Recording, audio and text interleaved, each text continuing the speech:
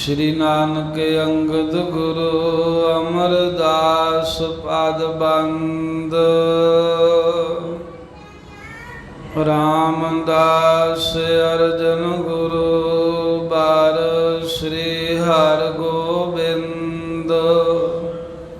हरि राय हर कृष्ण गुर तेग बहादुर चंद। दसवें गोबिंद सिंह गुरु नमो चरण अरविंद। जिसमें अमृत ज्ञान है माणक भगत वैराग। श्री गुरु ग्रंथ साहिब उदद बंधों कर अनुराग। श्री गुरु शब्द कमाए जिन जीते पंच विकार। दिन संतन को वंदना सिर चरणन पर तारे। कंकारा सतगुरु तेह प्रसाद सच होए। वाहिगुरु जी की फतेह विघ्न विनाशन सोए। वाहिगुरु जी की फतेह विघ्न विनाशन होए। सतनाम श्री वाहिगुरु साहिब जी। तुमको उचित ना तिन पहचानो। जिह सुभाव परमत महानो। मिलहि तो बह के मिल है नाही। लग कोष्ठ मह परयो रहाही। तुमको उचित न तिन पहचानो। वाहिगुरु जी का खालसा वाहिगुरु जी की फतेह। पतत पावन भगत वत्सल कृपा निधान। जुगो जुग अटल प्रगट गुरां की देह प्रतख हर। धन धन सतगुरु श्री गुरु ग्रंथ साहिब महाराज की परम पवित्र हजूरी दे अंदर। धन धन श्री गुरु तेग बहादुर साहिब महाराज दे महान पावन तप अस्थान गुरुद्वारा श्री भोरा साहिब जी विखे दिन दे पिछले पैर दे सजे हुए दीवाना दे विच हाजरियां भर रहे दर्शन दीदारे कर रहे गुरु प्यारी खालसा साध संगत जी। महाराज साहिब जी की कृपा का सदका आपां नूं सतगुरां दे पावन स्थानां ते हाजरियां भरन दा दर्शन दीदारे करन दा समां प्राप्त होया है। चल रही लड़ीवार इतिहास की कथा विचार दे अंदर धन धन सतगुरु तेग बहादुर साहिब महाराज के पावन जीवन के इतिहास के प्रसंग प्रारंभ हैं। पिछले समय दौरान साखी श्रवण की है कि जदों मखण शाह लबाणा सारे सोढियां नूं परख के अपने डेरे जा बराजिया चिंता के सहत। एक सिख दौड़िया होया जो गुरु तेग बहादुर साहिब के घर में सेवादार सी। माता नानकी जी जो गुरु तेग बहादुर साहिब जी के माता हैं गुरु हरगोबिंद साहिब जी के महल उन्होंने आके कहता है माता जी एक परदेसी सिख आया है कल का बड़ा धनाड़ है। सारे सोढियां के घरां च जाके नमस्कार कर आया। जे गुरु तेग बहादुर साहिब भी बाहर बैठण तो इत्थे भी जरूर आउंदा। इन्हां नूं कहो खां बाहर बैठिया करो। इन्हां को भी सुदागर सिख आवे होर संगत आवे। माता जी ने अंदर भोरा साहिब च जाके गुरु तेग बहादुर साहिब नूं बेनती कीती तुसीं बाहर बैठिया करो। बड़े वचन कहे महाराज सुनते रहे पुत्र कोई नहीं दिता। नेड़े ही सेवादार खलोता सी उन्हें भी दो हाथ जोड़ बेनती की महाराज गुरु तुसीं हो तख्त दे मालक तुसीं हो क्यों नहीं बादशाह भोरे तो बाहर बैठते प्रगट हो के आप कृपा करके दर्शन दिओ। ਜੇ ਸੰਗਤ ਨਾਲ ਮੇਲ ਮਿਲਾਪ ਨਹੀਂ ਰੱਖਾਂਗੇ ਤਾਂ ਕਿਵੇਂ ਸੰਗਤ ਨੂੰ ਪਤਾ ਲੱਗੇਗਾ। ਤੇ ਨਾਲ ਹੀ ਉਹ ਸੇਵਕ ਕਹਿਣ ਲੱਗਾ, ਮਹਾਰਾਜ ਜਦੋਂ ਮੱਖਣ ਸ਼ਾਹ ਆਇਆ ਸੀ ਨਾ ਬਾਕੀ ਸੋਢੀਆਂ ਵੱਲ, ਤੇ ਮੈਂ ਵੀ ਗਿਆ ਸੀ ਇਹ ਦੱਸਣ ਵੀ ਗੁਰੂ ਤੇਗ ਬਹਾਦਰ ਸਾਹਿਬ ਇੱਥੇ ਗੁਰੂ ਹਰਗੋਬਿੰਦ ਸਾਹਿਬ ਦੇ ਪੁੱਤਰ ਰਹਿੰਦੇ ਨੇ, ਤੇ ਪਰ ਭੀੜ ਬਹੁਤੀ ਹੋਣ ਕਰਕੇ ਮੇਰੇ ਕੋਲ ਉਹਦੇ ਨੇੜੇ ਨਹੀਂ ਹੋਇਆ ਗਿਆ। ਕਿਸੇ ਹੋਰ ਨੇ ਤੁਹਾਡੇ ਬਾਰੇ ਦੱਸ ਨਹੀਂ ਪਾਈ। ਜੇ ਉਹਨੂੰ ਤੁਹਾਡਾ ਪਤਾ ਲੱਗਦਾ ਵੀ ਤੁਸੀਂ 6ਵੇਂ ਪਾਤਸ਼ਾਹ ਦੇ ਸਾਹਿਬਜ਼ਾਦੇ ਹੋ, ਜ਼ਰੂਰ ਤੁਹਾਡੇ ਕੋਲ ਵੀ ਆ ਕੇ ਭੇਟਾ ਰੱਖਦਾ। ਤੇ ਮੈਂ ਤਾਂ ਮਨ 'ਚ ਧਾਰੀ ਹੈ ਵੀ ਅੱਜ ਨਹੀਂ ਤੇ ਕੱਲ੍ਹ ਜਾ ਕੇ ਮੱਖਣ ਸ਼ਾਹ ਨੂੰ ਜ਼ਰੂਰ ਦੱਸਾਂਗਾ ਵੀ ਤੂੰ ਗੁਰੂ ਤੇਗ ਬਹਾਦਰ ਸਾਹਿਬ ਜੋ ਗੁਰੂ ਹਰਗੋਬਿੰਦ ਸਾਹਿਬ ਦੇ ਪੁੱਤਰ, ਉਹਨਾਂ ਦੇ ਕੋਲ ਕਿਉਂ ਨਹੀਂ ਆਇਆ ਦਰਸ਼ਨ ਕਰਨ। ਮੈਂ ਉਹਨਾਂ ਨੂੰ ਮਹਾਰਾਜ ਇੱਥੇ ਲੈ ਕੇ ਆਵਾਂਗਾ। ਇਹ ਜਦੋਂ ਬਚਨ ਸੁਣਿਆ ਗੁਰੂ ਤੇਗ ਬਹਾਦਰ ਸਾਹਿਬ ਨੇ ਵਰਜਿਆ, ਕਹਿੰਦੇ ਨਾ, ਇੱਦਾਂ ਨਹੀਂ ਕਰਨਾ ਵੀ ਜਿਵੇਂ ਸੋਢੀਆਂ ਦੇ ਅੱਗੇ ਮਸੰਦ ਜਾ ਜਾ ਕੇ ਉਹਨੂੰ ਆਪੋ ਆਪਣੇ ਡੇਰਿਆਂ 'ਚ ਲਿਆ ਰਹੇ ਆ। ਕਹਿੰਦੇ ਤੂੰ ਵੀ ਉਹੀ ਕੰਮ ਕਰੇ, ਤੇਰੇ 'ਚ ਤੇ ਉਹਨਾਂ 'ਚ ਕੀ ਫਰਕ ਹੈ। ਬਸ ਤਮਾਸ਼ਾ ਵੇਖ ਕਰਤਾਰ ਕੀ ਕਰ ਰਿਹਾ ਹੈ, ਨਿਰੰਕਾਰ ਦੀ ਰਜ਼ਾ ਦੇ ਵਿੱਚ ਰਾਜੀ ਰਹਿਣਾ। ਇਹ ਬਚਨ ਕਹਿਤਾ ਜਿਹੜਾ ਸਾਨੂੰ ਬਾਹਰ ਪ੍ਰਗਟ ਕਰਨ ਦਾ ਯਤਨ ਕਰੂਗਾ ਬੋਲ ਕੇ, ਜਾਂ ਜਾ ਕੇ ਮੱਖਣ ਸ਼ਾਹ ਨੂੰ ਦੱਸੇਗਾ ਵੀ ਇੱਥੇ ਵੀ ਆ ਸਾਡੇ ਵੱਲੋਂ, ਉਹਦਾ ਦਰਗਾਹ ਵਿੱਚ ਮੁਖ ਕਾਲਾ ਕਰਾਂਗੇ। ਸੁਣ ਕੇ ਸੇਵਕ ਵੀ ਚੁੱਪ ਹੋ ਗਏ। ਮਾਤਾ ਜੀ ਵੀ ਨੀਵੀਂ ਪਾ ਕੇ ਬਾਹਰ ਆ ਕੇ ਬੈਠ ਕੇ ਵੀ ਇਹ ਤਾਂ ਵੈਰਾਗੀ ਨੇ, ਇਹਨਾਂ ਦੇ ਮਨ 'ਚ ਤਾਂ ਕੋਈ ਚਾਹ ਹੀ ਨਹੀਂ ਹੈ ਵੀ ਅਸੀਂ ਵੀ ਸੰਗਤਾਂ ਕੋਲ ਪੂਜਾ ਕਰਾਈਏ। ਇਵੇਂ ਇੱਧਰ ਪ੍ਰਸੰਗ ਹੋਇਆ। ਫਿਰ ਮੱਖਣ ਸ਼ਾਹ ਲਬਾਣਾ ਉਹ ਜਦੋਂ ਸੋਢੀਆਂ ਨੂੰ ਮਿਲ ਕੇ ਰਾਤ ਚਲਾ ਗਿਆ, ਚਿੰਤਾ 'ਚ ਨੀਂਦ ਨਾ ਆਵੇ, ਬਹੁਤ ਫਿਕਰ ਕਰਕੇ ਸੁੱਤਾ। ਸਵੇਰੇ ਉੱਠਿਆ, ਨਿਤਨੇਮ ਕੀਤਾ, ਬਾਣੀ ਪੜ੍ਹੀ, ਮਨ 'ਚ ਨਿਰਣਾ ਕਰ ਲਿਆ ਵੀ ਮੱਖਣ ਸ਼ਾਹ ਜੇ ਤੂੰ ਵੀ ਵਾਪਸ ਖਾਲੀ ਮੁੜ ਗਿਆ, ਲੋਕ ਕਹਿਣਗੇ ਮੱਖਣ ਸ਼ਾਹ ਵੀ ਮਨਮੁਖੀ ਨਿਕਲਿਆ, ਇਹਨੂੰ ਵੀ ਗੁਰੂ ਦੇ ਦਰਸ਼ਨ ਨਹੀਂ ਹੋਏ। ਤੇਰੇ ਮਗਰੋਂ ਜੇ ਗੁਰੂ ਪ੍ਰਗਟ ਹੋ ਗਏ, ਕਿਉਂਕਿ ਪ੍ਰਗਟ ਤਾਂ ਇੱਕ ਦਿਨ ਹੋਣਗੇ। ਗੁਰੂ ਹਰਕ੍ਰਿਸ਼ਨ ਸਾਹਿਬ ਦੇ ਬਚਨ ਝੂਠੇ ਨਹੀਂ ਹੋ ਸਕਦੇ। ਜੇ ਉਹਨਾਂ ਕਿਹਾ ਹੈ ਵੀ ਸਾਡੇ ਬਾਬੇ ਗੁਰੂ ਬਕਾਲੇ ਨਗਰ ਨੇ, ਤਾਂ ਪ੍ਰਗਟ ਪ੍ਰਤੱਖ ਤਾਂ ਜ਼ਰੂਰ ਹੋਣਗੇ। ਜੇ ਤੇਰੇ ਪਿੱਛੋਂ ਹੋਏ ਤਾਂ ਫਿਰ ਤੂੰ ਕੱਚਾ ਸਿੱਖ ਬਣ ਜਾਏਗਾ। ਲੋਕ ਕਹਿਣਗੇ ਕੱਚਾ ਪੱਲਾ ਹੀ ਆ ਵੀ ਮੱਖਣ ਸ਼ਾਹ ਨੂੰ ਗੁਰਾਂ ਨੇ ਦਰਸ਼ਨ ਹੀ ਨਹੀਂ ਦਿੱਤੇ। ਇਵੇਂ ਨਿਤਨੇਮ ਕਰਕੇ ਅੰਮ੍ਰਿਤ ਵੇਲੇ ਪ੍ਰਣ ਧਾਰ ਲਿਆ ਵੀ ਉਹਨਾਂ ਚਿਰ ਅੰਨ ਜਲ ਗ੍ਰਹਿਣ ਹੀ ਨਹੀਂ ਕਰਾਂਗਾ ਜਿੰਨਾ ਚਿਰ ਮਾਲਕ ਦੇ ਦਰਸ਼ਨ ਨਹੀਂ ਹੁੰਦੇ। ਕਿਸੇ ਨੂੰ ਭੇਤ ਨਹੀਂ ਦਿੱਤਾ ਆਪਣੇ ਸੰਗੀ ਸਾਥੀ ਨੂੰ, ਚੁੱਪ ਚਪੀਤੇ ਨੇ ਮਨ 'ਚ ਨਿਸ਼ਚਾ ਧਾਰ ਲਿਆ।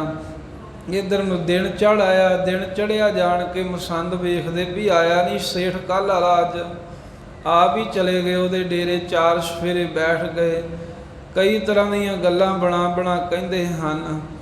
ਮੱਖਣ ਸ਼ਾਹ ਨੂੰ ਨਹੀਂ ਚੰਗੀਆਂ ਲੱਗਦੀਆਂ। ਅਖੀਰ ਉਹਨੇ ਪੁੱਛ ਹੀ ਲਿਆ ਵੀ ਕੱਲ੍ਹ ਮੈਂ ਸਾਰੇ ਸੋਢੀਆਂ ਨੂੰ ਪੂਜਾ ਕਰਕੇ ਮੱਥਾ ਟੇਕ ਆਇਆ, ਕੋਈ ਹੋਰ ਸੋਢੀ ਤਾਂ ਰਹਿ ਤਾਂ ਨਹੀਂ ਗਿਆ। ਪਹਿਲਾਂ ਤਾਂ ਕੁਝ ਦੱਸਣ ਨੂੰ ਤਿਆਰ ਨਾ ਹੋਇਆ, ਵਿੱਚੋਂ ਇੱਕ ਨੇ ਫਿਰ ਦੱਸਿਆ। ਕਹਿੰਦੇ ਵੀ ਹੈਗਾ ਤੇ ਹੈ, ਉਹ ਗਏ ਨਾ ਗਏ ਇੱਕੋ ਗੱਲ ਹੀ ਆ। ਉਹਨਾਂ ਕਿਹੜਾ ਬੋਲਣਾ ਕਿਸੇ ਨਾਲ, ਬਸ ਅੰਦਰ ਬੈਠੇ ਰਹਿੰਦੇ ਆ ਜਾਂ ਪਏ ਰਹਿੰਦੇ ਆ। ਇੱਕ ਜਿੱਥੇ ਕੋਈ ਨਾ ਹੋਵੇ ਉੱਥੇ ਬਹਿਣਾ ਉਹਨਾਂ ਨੂੰ ਚੰਗਾ ਲੱਗਦਾ। ਨਾ ਕਿਸੇ ਨਾਲ ਮਿਲਦੇ ਗਿਲਦੇ, ਮਿਲਾਪ ਨਹੀਂ ਰੱਖਦੇ, ਬੋਲਦੇ ਚਾਲਦੇ ਨਹੀਂ, ਲੈਣ ਦੇਣ ਦਾ ਕੁਝ ਪਤਾ ਨਹੀਂ। ਲੋਕ ਉਹਨਾਂ ਨੂੰ ਕਹਿੰਦੇ ਵੀ ਇਹ ਨਾਲਾਇਕ ਨੇ, ਇਹਨਾਂ 'ਚ ਕੋਈ ਵੀ ਯੋਗਤਾ ਨਹੀਂ ਹੈ। ਇਹ ਤੇ ਆਦਿਕ ਬਹੁਤ ਨਿੰਦਾ ਦੇ ਵਚਨ ਕਹੇ ਤੇ ਇਹ ਦੱਸ ਦਿੱਤਾ ਵੀ ਗੁਰੂ ਹਰਗੋਬਿੰਦ ਸਾਹਿਬ ਦੇ ਛੋਟੇ ਪੁੱਤਰ ਸ੍ਰੀ ਗੁਰੂ ਤੇਗ ਬਹਾਦਰ ਸਾਹਿਬ ਇੱਥੇ ਜ਼ਰੂਰ ਰਹਿੰਦੇ ਹਨ। ਜੇ ਤੇਰਾ ਉਹਨਾਂ ਬਿਨਾਂ ਮਿਲਿਆ ਸਰਦਾ ਨਹੀਂ। ਤਾਂ ਮਸੰਦ ਕਹਿਣ ਲੱਗਾ ਵੀ ਮੇਲੀ ਆ ਇੱਕ ਵਾਰਾਂ ਜਾ ਕੇ, ਆਪੇ ਪਤਾ ਲੱਗ ਜੂ। ਨਾ ਤੇਰੇ ਨਾਲ ਉਹਨਾਂ ਨੇ ਬੋਲ ਬਲਈਆ ਕਰਨਾ, ਨਾ ਤੇਰੇ ਨਾਲ ਕੋਈ ਬਚਨ, ਆਪੇ ਮੁੜ ਆਉਣਾ। ਇਸ ਤਰ੍ਹਾਂ ਜਦੋਂ ਮੱਖਣ ਸ਼ਾਹ ਨੂੰ ਦੱਸਿਆ, ਉਹਦੇ ਸਾਧ ਸੰਗਤ ਉਦਾਸੀ ਸੀ ਜੋ ਪਹਿਲਾਂ ਮਨ ਵਿੱਚ ਢਹਿਆ ਸੀ, ਡਿੱਠਾ ਹੋਇਆ ਸੀ, ਡਿੱਗਾ ਪਿਆ ਸੀ ਅੰਦਰੋਂ ਉਦਾਸ ਹੋ ਕੇ। ਇਹ ਬਚਨ ਸੁਣਦੇ ਇੱਕਦਮ ਉਤਸ਼ਾਹ ਪੈਦਾ ਹੋ ਗਿਆ ਵੀ ਇੱਕ ਹੋਰ ਵੀ ਹੈਗੇ ਨੇ। ਇਹਨੇ ਜਾਣਿਆ ਜੋ ਆਪਣਾ ਆਪ ਜਣਾਇਆ ਨਹੀਂ, ਗੁਪਤ ਰੱਖਿਆ, ਉਹੀ ਗੁਰੂ ਹੋ ਸਕਦੇ ਨੇ। ਜ਼ਰੂਰ ਜਾਣਾ ਚਾਹੀਦਾ। ਪੂਰਾ ਲਾਮ ਲਸ਼ਕਰ ਲੈ ਕੇ ਆਪਣੇ ਡੇਰੇ ਤੋਂ ਮੱਖਣ ਸ਼ਾਹ ਜੀ ਲਬਾਣਾ ਇਹ ਭੋਰਾ ਸਾਹਿਬ ਵੱਲ ਨੂੰ ਆ ਰਹੇ ਹਨ। ਰਸਤੇ ਵਿੱਚ ਧੀਰਮਲ ਦੇ ਬੰਦੇ ਮਿਲ ਕੇ ਰੋਕਣ ਦਾ ਯਤਨ ਕਰ ਰਹੇ ਨੇ। ਜਿਵੇਂ ਸਤਿਗੁਰਾਂ ਕੋਲ ਪਹੁੰਚਦਾ ਇਹਦੇ ਦਿਲ ਦੀ ਗੱਲ ਮਹਾਰਾਜ ਦੱਸਣਗੇ। ਇਹ ਪ੍ਰਗਟ ਪ੍ਰਤੱਖ ਕਰਨ ਦੇ ਜਿਹੜੇ ਇਤਿਹਾਸ ਦੇ ਬਚਨ ਹਨ, ਆਓ ਬਹੁਤ ਹੀ ਪਿਆਰ ਦੇ ਨਾਲ ਸਰਵਣ ਕਰੀਏ। ਸਤਿਗੁਰੂ ਤੇਗ ਬਹਾਦਰ ਸਾਹਿਬ ਨਾਵੇਂ ਪਾਤਸ਼ਾਹ ਦੇ ਚਰਨ ਕਮਲਾਂ ਦਾ ਤਰੋ ਧਿਆਨ। ਰਸਨਾ ਕਰੋ ਪਿੱਤਰ ਸਾਰੀ ਸੰਗਤ ਆਖੋ ਸਤਨਾਮ ਸ੍ਰੀ ਵਾਹਿਗੁਰੂ ਸਾਹਿਬ ਜੀ। ਸਤਨਾਮ ਸ੍ਰੀ ਵਾਹਿਗੁਰੂ ਸਾਹਿਬ ਜੀ। ਤੁਮ ਕੋ ਉਚਿਤ ਨਾ ਤਿਨ ਪਹਿਚਾਨੋ। ਸਾਧ ਸੰਗਤ ਜੀ, ਮੱਖਣ ਸ਼ਾਹ ਜੀ ਲਿਬਾਣਾ ਜਦੋਂ ਉਹਨਾਂ ਨੂੰ ਇਸ ਗੱਲ ਦਾ ਪਤਾ ਲੱਗ ਗਿਆ, ਜਦੋਂ ਇਸ ਗੱਲ ਦੀ ਸਮਝ ਉਹ ਭਾਜੀ ਬਾਹਰ ਜਾ ਗੱਲ ਕਰੋ। ਉਹ ਭਾ ਤੂੰ ਰੋਕ ਨਹੀਂ ਸਕਦਾ, ਤੈਨੂੰ ਗੱਲ ਹੀ ਦੱਸਿਆ। ਕਮਾਲ ਹੋਈ ਹੈ ਸੰਗਤ ਵਾਲੀ ਵੀ। ਚਲੋ ਪੜੋ ਫਿਰ। ਤੁਮ ਕੋ ਉਚਿਤ ਨਾ ਤਿਨ ਪਹਿਚਾਨੋ। ਸਾਧ ਸੰਗਤ ਜੀ, ਆਪ ਹੀ ਆਪਣੇ ਲਾਗੇ ਬੰਨੇ ਜਿਹੜਾ ਕੋਈ ਰੁਕਾਵਟ ਪਵੇ ਉਹਨੂੰ ਰੋਕ ਦਿਆ ਕਰੋ, ਸਾਰਿਆਂ ਦਾ ਹੀ ਫਰਜ਼ ਹੈ। ਸੋ ਸਤਿਗੁਰੂ ਮਹਾਰਾਜ ਗੁਰੂ ਤੇਗ ਬਹਾਦਰ ਸਾਹਿਬ ਜੀ ਦੇ ਬਾਰੇ ਜਦੋਂ ਸੁਣਿਆ ਕਿ ਗੁਰੂ ਹਰਗੋਬਿੰਦ ਸਾਹਿਬ ਜੀ ਦੇ ਪੁੱਤਰ ਉਹ ਬੋਲਦੇ ਚਾਲਦੇ ਨੇ, ਕਿਸੇ ਨਾਲ ਇੱਥੇ ਬੈਠੇ ਰਹਿੰਦੇ ਹਨ ਭੋਰਾ ਸਾਹਿਬ ਦੇ ਵਿੱਚ ਜਾਂ ਬਾਹਰ ਜੰਗਲ 'ਚ ਬੈਠਦੇ ਹਨ, ਤਾਂ ਉਸੇ ਵੇਲੇ ਮੱਖਣ ਸ਼ਾਹ ਲਬਾਣਾ ਦਰਸ਼ਨ ਕਰਨ ਦੀ ਇੱਛਾ ਨਾਲ ਤਿਆਰ ਹੋਇਆ ਵੀ ਚਲੋ ਉਹਨਾਂ ਨੂੰ ਵੀ ਵੇਖ ਆਈਏ। ਅਤੇ ਜਦੋਂ ਤੁਰੇ ਤਾਂ ਤੁਰਦੇ ਸਮੇਂ ਰਾਹ ਦੇ ਵਿੱਚ ਧੀਰਮਲ ਦੇ ਬੰਦੇ ਮਿਲ ਪਏ। ਉਹਨਾਂ ਨੂੰ ਪਤਾ ਸੀ ਵੀ ਇਹ ਨਾ ਹੋਵੇ ਵੀ ਉੱਥੇ ਚਲੇ ਗਏ ਸਾਡਾ ਪਾਜ ਹੀ ਉਗੜ ਜਾਵੇ, ਚੜਾਵਾ ਉਧਰ ਨਾ ਚੜ ਜਾਵੇ। ਕਹਿਣ ਲੱਗੇ ਹੇ ਮੱਖਣ ਸ਼ਾਹ ਜੀ, ਤੁਸੀਂ ਨਾ ਜਾਓ ਉਧਰ, ਤੁਮ ਕੋ ਉਚਿਤ ਨਾ ਤਿਨ ਪਹਿਚਾਨੋ। ਉਹਨਾਂ ਦੇ ਕੋਲ ਸ੍ਰੀ ਤੇਗ ਬਹਾਦਰ ਸਾਹਿਬ ਕੋਲ ਜਾਣਾ ਤੁਹਾਡਾ ਉਚਿਤ ਨਹੀਂ, ਯੋਗ ਨਹੀਂ ਹੈ। ਜੇ ਸੁਭਾਵ ਪਰਮਤ ਮਹਾਨ। ਉਹਨਾਂ ਦਾ ਜਿਹੜਾ ਸੁਭਾਅ ਹੈ ਨਾ ਬੜਾ ਹੀ ਪਰਮਤ ਹੈ, ਬਹੁਤ ਮਸਤ ਜਿਹੇ ਰਹਿੰਦੇ ਆ, ਐਵੇਂ ਕ੍ਰੋਧ ਜਿਹਾ ਕਰਕੇ ਕੋਈ ਬਚਨ ਨਾ ਕਰ ਦੇਣ। ਮਿਲਹਿ ਤੁਮਹਿ ਕੈ ਮਿਲਹਿ ਨਾਹੀ। ਤੇ ਨਾਲ ਧੀਰਮਲ ਦੇ ਚੇਲੇ ਚਾਪੜੇ ਜੇ ਕਹਿੰਦੇ ਆ ਵੀ ਇਹ ਵੀ ਪਤਾ ਨਹੀਂ ਹੈ ਵੀ ਤੁਸੀਂ ਚਲੇ ਜਾਓ, ਤੁਹਾਨੂੰ ਮਿਲਣ ਜਾਂ ਨਾ ਮਿਲਣ, ਉਹਨਾਂ ਨਾਲ ਬਚਨ ਬਲਾਸ ਹੋਵੇ ਜਾਂ ਨਾ ਹੋਵੇ। ਲਗ ਕੋਸ਼ਟ ਮਹਿ ਪਰਿਉ ਰਹਾਹੀ। ਆ ਇੱਕ ਨਿਗਾਹ ਜਿਹਾ ਕੋਠਾ ਹੈ, ਬਸ ਉੱਥੇ ਹੀ ਗੁਰੂ ਤੇਗ ਬਹਾਦਰ ਸਾਹਿਬ ਉਹ ਪਏ ਰਹਿੰਦੇ ਹਨ ਰਾਤ ਦਿਨ। ਮਾਨ ਅਮਾਨ ਸਮਾਨ ਜਿਸੂ ਕੇ। ਉਹਨਾਂ ਨੂੰ ਕਹਿੰਦੇ ਨਾ ਕਿਸੇ ਦਾ ਮਾਣ ਦਾ ਪਤਾ ਏ, ਨਾ ਅਮਾਨ ਨਰਾਦਰੀ ਦਾ ਪਤਾ ਏ। ਸਨਮਾਨ ਕਰਨਾ ਨਰਾਦਰੀ ਆਦਿਕ ਇੱਕੋ ਜਿਹੀ ਹੈ ਜਿਨ੍ਹਾਂ ਵਾਸਤੇ। ਕਰ ਤਾਂ ਵੇਖੋ ਨਿੰਦਾ ਰਹੇ ਹਨ, ਪਰ ਇਹਦੇ ਵਿੱਚ ਹੀ ਵਡਿਆਈ ਆ ਵੀ ਗੁਰੂ ਤੇਗ ਬਹਾਦਰ ਸਾਹਿਬ ਨੂੰ ਆਪਣੀ ਵਡਿਆਈ ਕੋਈ ਕਰੀ ਜਾਵੇ ਆ ਕੇ, ਕੋਈ ਮਹਾਰਾਜ ਦੇ ਬਾਰੇ ਅਪਜਸ ਕਰੀ ਜਾਵੇ, ਨਿੰਦਾ ਕਰੀ ਜਾਵੇ, ਉਹਨਾਂ ਨੂੰ ਸਮਾਨ ਹੀ ਹੈ, ਕੋਈ ਉਹਨਾਂ ਦੇ ਵਿੱਚ ਕੋਈ ਬਹੁਤਾ ਫਰਕ ਨਹੀਂ ਰੱਖਦੇ।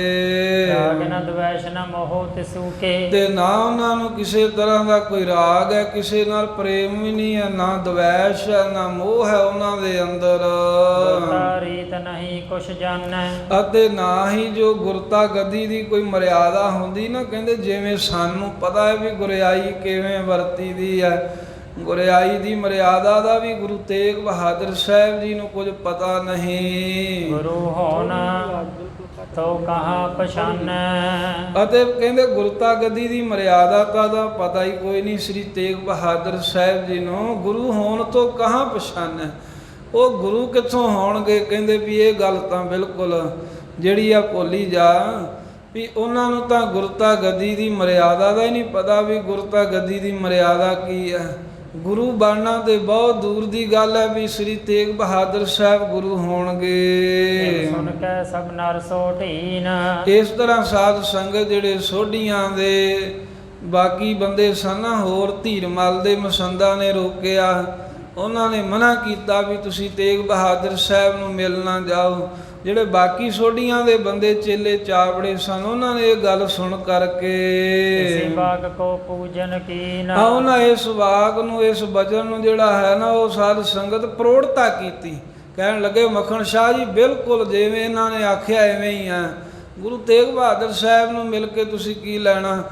ਉਹਨਾਂ ਨੂੰ ਗੁਰਿਆਈ ਦੀ ਕੋਈ ਮਰਿਆਦਾ ਨਹੀਂ ਪਤਾ, ਗੁਰੂ ਬਣਨਾ ਤੇ ਬੜੀ ਦੂਰ ਦੀ ਗੱਲ ਹੈ। ਇਹ ਕਰਕੇ ਜੋ ਇਹ ਧੀਰਮਲ ਦੇ ਮਸੰਦ ਕਹਿ ਰਹੇ ਹਨ, ਬਾਕੀ ਮਸੰਦਾਂ ਨੇ ਹਾਮੀ ਭਰ ਦਿੱਤੀ, ਕਿਉਂਕਿ ਠੱਗ ਠੱਗਾਂ ਦੇ ਹੀ ਯਾਰ ਹੁੰਦੇ ਨੇ ਨਾ, ਚੋਰਾਂ ਦੀ ਸਾਂ ਚੋਰਾਂ ਨਹੀਂ ਆ।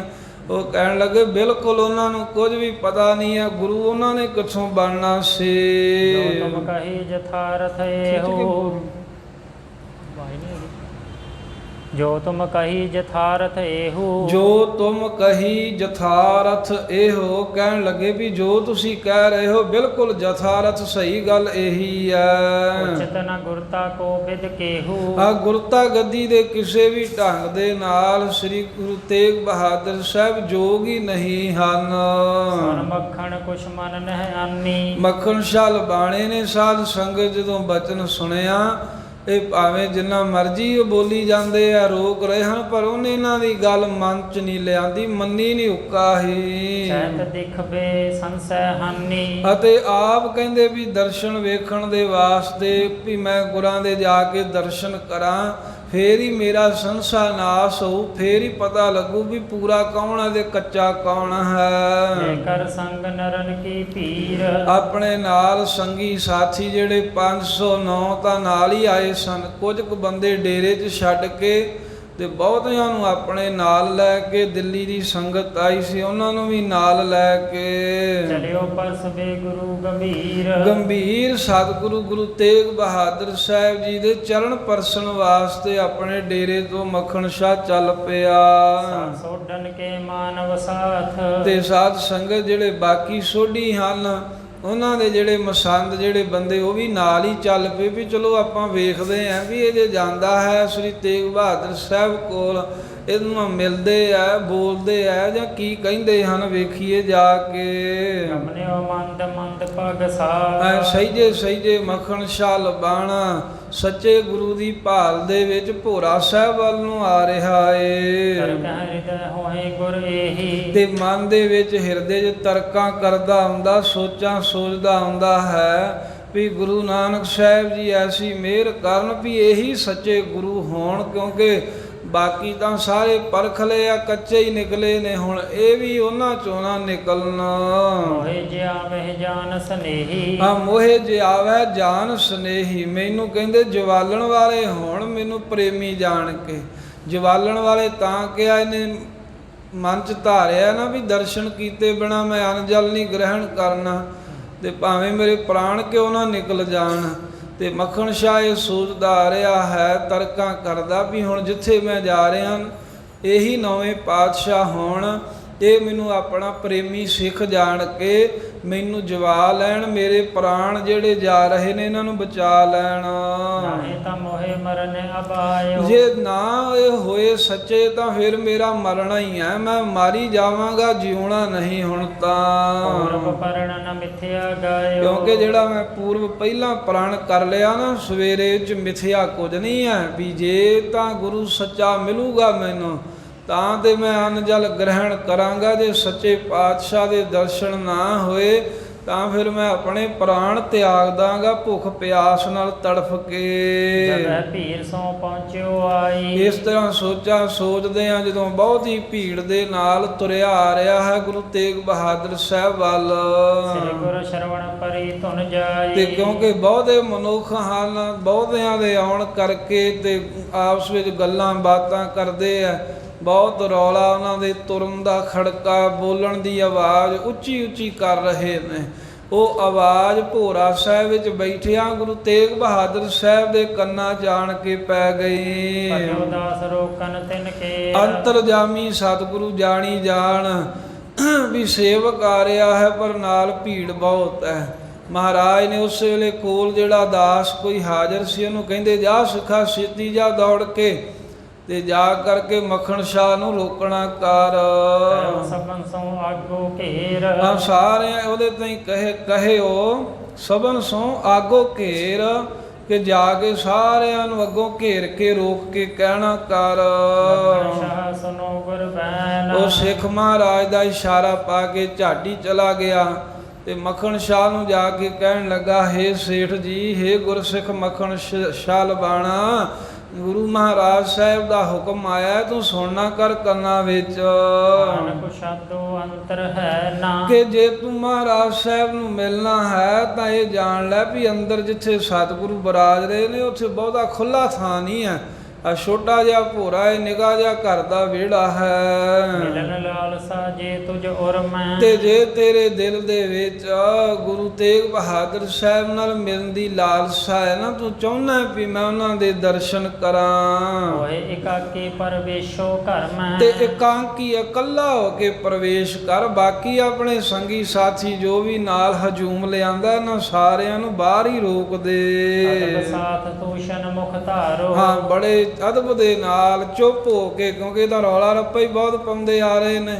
ਤਾਂ ਮਿਲਣਾ ਹੈ ਜੇ ਸਤਿਗੁਰਾਂ ਨੂੰ, ਤਾਂ ਸਿੱਖ ਕਹਿੰਦਾ ਵੀ ਇਹਨਾਂ ਨੂੰ ਕੋਈ ਰੌਲਾ ਨਾ ਪਾਵੇ, ਕੋਈ ਚੁੱਪ ਕਰਕੇ ਖੜ ਜੋ ਬਾਹਰ, ਤੇ ਤੂੰ ਵੀ ਅਦਬ ਰੱਖ ਕੇ ਤੇ ਤੂਸ਼ਣ ਹੋ ਕੇ ਚੁੱਪਚਾਪ ਗੁਰੂ ਤੇਗ ਬਹਾਦਰ ਸਾਹਿਬ ਜੀ ਦੇ ਦਰਸ਼ਨ ਕਰ ਲੈ। ਤਿਨ ਰਜਾਏ ਤੇ ਜਾਏ ਨਿਹਾਰੋ, ਹਾਂ, ਇਸ ਤਰ੍ਹਾਂ ਉਹਨਾਂ ਦੀ ਰਜਾ ਦੇ ਨਾਲ, ਉਹਨਾਂ ਦੀ ਜਿਵੇਂ ਆਗਿਆ ਹੈ ਉਹ ਮੰਨ ਕੇ, ਭਾਵ ਕੱਲਿਆਂ ਹੀ ਆ ਜਾ, ਬਾਕੀ ਸਿੱਖ ਸੇਵਕ ਬਾਹਰ ਰੋਕ ਕੇ ਤੇ ਗੁਰੂ ਤੇਗ ਬਹਾਦਰ ਸਾਹਿਬ ਦੇ ਜਾ ਕੇ ਦਰਸ਼ਨ ਕਰ ਲੈ ਅੰਦਰ।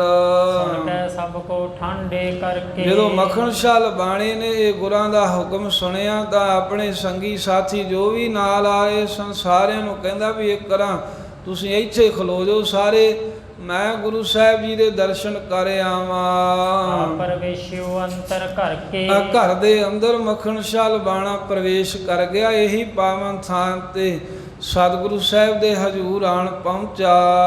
ਸ੍ਰੀ ਗੁਰੂ ਇਕਾਕੀ ਹਾਂ, ਹੈ, ਜਿੱਥੇ ਘਰ ਦੇ ਵਿੱਚ ਪਿਛਲੇ ਪਾਸੇ ਇੱਕ ਕੋਠਾ ਹੈ, ਹੇਠਾਂ ਭੋਰਾ ਹੈ, ਨੀਵਾਂ ਥਾਂ ਹੈ, ਤੇ ਉੱਥੇ ਗੁਰੂ ਤੇਗ ਬਹਾਦਰ ਸਾਹਿਬ ਇਕਾਂਤ ਹੋ ਕਰਕੇ ਬੈਠੇ ਹਨ। ਬਿਰਤੀ ਜੁੜੀ ਹੋਈ ਹੈ ਸਾਹਿਬਾਂ ਦੀ, ਅੰਤਰ ਬ੍ਰਿਤ ਸਦਾ ਹੀ ਰਹਿ, ਆਜੋ ਹਰ ਵੇਲੇ ਅੰਤਰਮੁਖ ਬਿਰਤੀ ਕਰਕੇ ਟਿਕੇ ਰਹਿੰਦੇ ਹਨ ਨਾਵੇਂ ਪਾਤਸ਼ਾਹ। ਹਿਰਦੇ ਵਿਚਾਰਤ ਨੀਕੇ ਜੋਵਾ, ਤੇ ਇਸ ਤਰ੍ਹਾਂ ਆਪਣੇ ਹਿਰਦੇ ਦੇ ਵਿੱਚ ਵਿਚਾਰਦਾ ਆ ਰਿਹਾ ਵੀ ਨੀਕੇ ਜੋਵਾ, ਵੀ ਆ ਬਹੁਤ ਚੰਗਾ ਹੋਇਆ ਹੈ ਜੋ ਮੈਨੂੰ ਗੁਰੂ ਸਾਹਿਬ ਜੀ ਦੇ ਦਰਸ਼ਨ ਹੋ ਗਏ ਨੇ। ਆਏ ਸਮੋ ਬਿਦਤਨ ਕੀ ਹੋਵਾ, ਹਾਂ, ਹਿਰਦੇ ਵਿਚਾਰਤ ਨੀਕੇ ਜੋਵਾ। ਹੁਣ ਇਧਰ ਸਾਧ ਸੰਗਤ ਜੀ, ਜੋ ਭਾਈ ਮੱਖਣ ਸ਼ਾਹ ਲਬਾਣਾ ਹੈ, ਉਹ ਮਹਾਰਾਜ ਦੀ ਆਗਿਆ ਮੰਨ ਕੇ ਕੱਲਾ ਹੀ ਅੰਦਰ ਆ ਗਿਆ। ਤੇ ਅੱਗੇ ਫਿਰ ਮਾਤਾ ਜੀ ਨੂੰ ਪੁੱਛਿਆ, ਮਾਤਾ ਨਾਨਕੀ ਜੀ ਦਾ ਵੀ ਜ਼ਿਕਰ ਆਉਂਦਾ। ਇਸ ਤਰ੍ਹਾਂ ਵੀ ਇਤਿਹਾਸਕਾਰਾਂ ਲਿਖਿਆ ਵੀ ਮੱਖਣ ਸ਼ਾਹ ਆ ਗਿਆ ਜਦੋਂ ਘਰੇ, ਤਾਂ ਮਾਤਾ ਜੀ ਨੂੰ ਕਿਹਾ ਵੀ ਮੈਂ ਦਰਸ਼ਨ ਕਰਨੇ ਆ। ਤਾਂ ਮਾਤਾ ਜੀ ਨੇ ਕਿਹਾ ਵੀ ਪਹਿਲਾਂ ਮੈਨੂੰ ਉਹਨਾਂ ਨੂੰ ਪੁੱਛ ਆਉਣ ਦੇ, ਉਹਨਾਂ ਦੀ ਆਗਿਆ ਤੋਂ ਬਗੈਰ ਤੈਨੂੰ ਅੰਦਰ ਮੈਂ ਜਾਣ ਨਹੀਂ ਦੇ ਸਕਦੀ। ਤੇ ਜਦੋਂ ਸਤਿਗੁਰਾਂ ਦੀ ਅੰਦਰ ਆਉਣ ਦੀ ਆਗਿਆ ਹੋਈ, ਤਦੋਂ ਫਿਰ ਮਹਾਰਾਜ ਸਾਹਿਬ ਜੀ ਦਾ ਹੁਕਮ ਮੱਖਣ ਸ਼ਾਹ ਨੂੰ ਕਿਹਾ ਸੀ ਮਾਤਾ ਨਾਨਕੀ ਜੀ ਨੇ ਵੀ ਜਾ ਚਲਿਆ ਜਾ ਅੰਦਰ ਤੇ ਦਰਸ਼ਨ ਕਰ ਲੈ। ਇਸ ਤਰ੍ਹਾਂ ਹਿਰਦੈ ਵਿਚਾਰਤ ਨੀਕੇ ਜੋਵਾ, ਆਏ ਸਮੋ ਬਿਦਤਨ ਕੋ ਹੋਵਾ। ਉਧਰ ਗੁਰੂ ਤੇਗ ਬਹਾਦਰ ਸਾਹਿਬ ਬੈਠੇ ਨੇ ਇਕਾਂਤ, ਤੇ ਆਪਣੇ ਚਿੱਤ ਦੇ ਵਿੱਚ ਵਿਚਾਰ ਕਰ ਰਹੇ ਹਨ ਵੀ ਹੁਣ ਇਹ ਜੋ ਮੱਖਣ ਸ਼ਾਹ ਲਬਾਣਾ ਸਾਨੂੰ ਚੰਗੀ ਤਰ੍ਹਾਂ ਵੇਖਣਾ ਚਾਹੁੰਦਾ, ਦਰਸ਼ਨ ਕਰਨਾ ਚਾਹੁੰਦਾ ਪਰਖ ਦੇ ਸਹਿਤ, ਇਹਦਾ ਭਾਵ ਇਹੀ ਹੈ ਵੀ ਹੁਣ ਸਾਡਾ ਪ੍ਰਗਟ ਹੋਣ ਦਾ ਸਮਾਂ ਨੇੜੇ ਆ ਗਿਆ ਹੈ। ਭਾਰੀ ਮਹਾਪੋਟ ਹੈ ਜੋਏ, ਉਹ ਮੱਖਣ ਸ਼ਾਹ ਨੂੰ ਆਪਣੇ ਕੋਲ ਆਉਂਦਿਆਂ ਜਾਣ ਕੇ ਗੁਰੂ ਤੇਗ ਬਹਾਦਰ ਸਾਹਿਬ ਵੀ ਵਿਚਾਰ ਕਰਨ ਲੱਗ ਪਏ। ਕਹਿੰਦੇ ਅਸੀਂ ਤਾਂ ਗੁਪਤ ਰਹਿਣਾ ਚਾਹੁੰਦੇ ਸਾਂ, ਪਰ ਇਹ ਜਿਹੜਾ ਸਿੱਖ ਆ ਰਿਹਾ ਇਹ ਸਾਨੂੰ ਹੁਣ ਗੁਪਤ ਰਹਿਣ ਨਹੀਂ ਦੇਵੇਗਾ। ਇਹ ਸਾਡੇ ਹੁਣ ਪ੍ਰਗਟ ਹੋਣ ਦਾ ਸਮਾਂ ਪ੍ਰਗਟ ਕਰੇਗਾ ਸਾਨੂੰ। ਭਾਰੀ ਮਹਾਪੋਟ ਹੈ ਜੋਏ, ਜੋ ਗੁਰਤਾ ਗੱਦੀ ਦੀ ਬਹੁਤ ਹੀ ਭਾਰੀ ਪੰਡ ਸੀ। ਬਨ ਆਈ ਸਿਰ ਧਰਨੀ ਸੋਏ, ਉਹ ਮਹਾਰਾਜ ਕਹਿੰਦੇ ਵੀ ਹੁਣ ਸਿਰ ਤੇ ਧਰਨੀ ਹੀ ਪੈਣੀ ਆ, ਉਹ ਸਮਾਂ ਬਣ ਆਇਆ ਹੈ, ਉਹ ਭਾਰ ਗੁਰਿਆਈ ਦਾ ਹੁਣ ਸਾਨੂੰ ਚੁੱਕਣਾ ਹੀ ਪੈਣਾ ਹੈ। ਅਬ ਜਿਸ ਕੋ ਪਤਾ ਨ ਦਹਿ, ਕਿਉਂਕਿ ਜੇ ਹੁਣ ਅਸੀਂ ਇਹਨੂੰ ਪਤਾ ਨਹੀਂ ਨਾ ਦਿੰਦੇ, ਜਿਹੜਾ ਇਹਨੇ ਆਪਣੇ ਦਿਲ ਦੇ ਵਿੱਚ ਧਾਰਿਆ ਹੋਇਆ ਨਾ ਵੀ ਸੱਚਾ ਗੁਰੂ ਜਿਹੜਾ ਹੈ ਉਹ ਆਪਣੇ ਮੁਖੋਂ ਕਹਿ ਕੇ ਦੱਸੇ, ਜਿਵੇਂ ਮੇਰੀ ਸਮੁੰਦਰ ਦੇ ਵਿੱਚ ਸਹਾਇਤਾ ਕੀਤੀ ਤਾਂ ਕਿ ਮੇਰੇ ਅੰਦਰ ਭਰੋਸਾ ਬਣੇ। ਕਿਉਂਕਿ ਮੱਖਣ ਸ਼ਾਹ ਲਬਾਣੇ ਨੇ ਨਿਸ਼ਚੈ ਹੀ ਇਹੀ ਧਾਰਿਆ, ਤੇ ਗੁਰੂ ਤੇਗ ਬਹਾਦਰ ਸਾਹਿਬ ਵਿਚਾਰਦੇ ਨੇ ਵੀ ਹੁਣ ਸਾਨੂੰ ਪ੍ਰਗਟ ਹੋਣਾ ਪੈਣਾ। ਕਿਉਂਕਿ ਜੇ ਹੁਣ ਇਸ ਸਿੱਖ ਨੂੰ ਅਸੀਂ ਪਤਾ ਨਹੀਂ ਨਾ ਦਿੰਦੇ ਵੀ ਕਿਵੇਂ ਇਹਦਾ ਮੋਢਾ ਲਾ ਕੇ ਸਮੁੰਦਰ ਵਿੱਚ ਬੇੜਾ ਬੰਨੇ ਲਾਇਆ ਹੈ, ਘਰ ਕੀ ਮਹਿਮਾ ਤਬ ਜੈ ਹੈ, ਤਾਂ ਫਿਰ ਗੁਰੂ ਨਾਨਕ ਸਾਹਿਬ ਦੇ ਘਰ ਦੀ ਮਹਿਮਾ ਜਾਂਦੀ ਰਹੇਗੀ, ਜੋ ਸੇਵਕਾਂ ਦੇ ਸਦਾ ਸਹਾਈ ਹਨ। ਸਰਦਾ ਸਿੱਖਨ ਕੀ ਨਹਿਰ, ਸਿੱਖਾਂ ਵਿੱਚ ਸ਼ਰਧਾ ਹੀ ਨਹੀਂ ਰਹੂ, ਕੋਈ ਭਰੋਸਾ ਹੀ ਨਹੀਂ ਰਹੂਗਾ, ਕਿਉਂਕਿ ਸਾਰੇ ਨਕਲੀਆਂ ਦਾ ਜੋ ਬੋਲ ਬਾਲਾ ਬਣ ਜਾਏਗਾ। ਗੁਰ ਪੂਰਨ ਜਉ ਸਭ ਕਹਿ, ਸਾਰੇ ਹੀ ਇਹੀ ਕਹਿਣਗੇ ਵੀ ਪੂਰਨ ਗੁਰੂ ਇਸ ਵੇਲੇ ਕੋਈ ਹੈ ਹੀ ਨਹੀਂ ਹੈ ਭਾਈ। ਜੇ ਹੁੰਦਾ ਤਾਂ ਉਹ ਮੱਖਣ ਸ਼ਾਹ ਦੇ ਦਿਲ ਦੀ ਗੱਲ ਨਾ ਬੁੱਝਦਾ। ਮਨ ਕਰਕੇ ਇਨ ਸਭ ਪਤਿਆਏ। ਕਿਉਂਕਿ ਮਨ ਕਰਕੇ ਮੱਖਣ ਸ਼ਾਹ ਨੇ ਜਿੰਨੇ ਵੀ ਸੋਢੀ ਗੁਰੂ ਬਣ ਬੈਠੇ ਨੇ ਸਾਰੇ ਪਤਿਆਏ ਨੇ। ਸਭ ਦੇ ਦਰ ਤੇ ਜਾ ਕੇ ਇਹੀ ਇੱਛਾ ਰੱਖੀ ਵੀ ਮੈਨੂੰ ਸਮੁੰਦਰ 'ਚ ਮੇਰੀ ਰੱਖਿਆ ਕਰਨ ਵਾਲਾ ਬਚਨ ਬੋਲ ਕੇ ਦੱਸੋ। ਕਿਸੋਂ ਤੇ ਨਾ ਮਨੋਰਥ ਪਾਏ। ਪਰ ਕਿਸੇ ਵੀ ਸੋਢੀ ਦੇ ਕੋਲੋਂ ਇਹਨੇ ਆਪਣੇ ਮਨ ਦਾ ਮਨੋਰਥ ਨਹੀਂ ਪ੍ਰਾਪਤ ਕੀਤਾ। ਕਿਸੇ ਨੇ ਵੀ ਕਿਹਾ ਹੀ ਨਹੀਂ ਵੀ ਅਸੀਂ ਤੇਰੀ ਮਦਦ ਕੀਤੀ ਹੈ। ਗਤ ਕੋ ਲਖ ਕੀਨ ਸਹਾਏ। ਸੋ ਜਿਸ ਗਤ ਕੋ ਲਖ ਕੀਨ ਸਹਾਏ। ਜੋ ਸਿੱਖ ਦੀ ਮਹਾਰਾਜ ਸਾਹਿਬ ਜੀ ਕਹਿੰਦੇ ਅਸੀਂ ਹਾਲਤ ਜਾਣ ਕਰਕੇ ਜਦੋਂ ਮੌਕਾ ਔਖਾ ਸਮਾਂ ਬਣਿਆ ਸੀ, ਜਿਸ ਗਤ ਕੋ ਲਖ ਕੀਨ ਸਹਾਏ ਵੀ ਸਿੱਖ ਦੇ ਉੱਤੇ ਬਿਪਤਾ ਬਣ ਗਈ, ਗੁਰੂ ਨੂੰ ਅਰਾਧ ਰਿਹਾ ਹੈ ਤੇ ਗੁਰੂ ਦਾ ਵਿਰੋਧ ਹੈ ਵੀ ਬੌੜੀ ਕਰੇ, ਤੇ ਜੇ ਅਸੀਂ ਨਾ ਕਰਦੇ ਤਾਂ ਗੁਰੂ ਦੇ ਧਰਮ ਨੂੰ ਵੀ ਉਲਾਮਾ ਹੋਣਾ ਸੀ ਨਾ। ਇਸੇ ਕਰਕੇ ਇਹੀ ਹਾਲਤ ਜਾਣ ਕੇ ਉਦੋਂ ਅਸੀਂ ਸਿੱਖ ਦਾ ਡੁੱਬਦਾ ਹੋਇਆ ਜਿਹੜਾ ਬੇੜਾ ਹੈ ਉਹ ਜਹਾਜ਼ ਪਾਰ ਕੀਤਾ।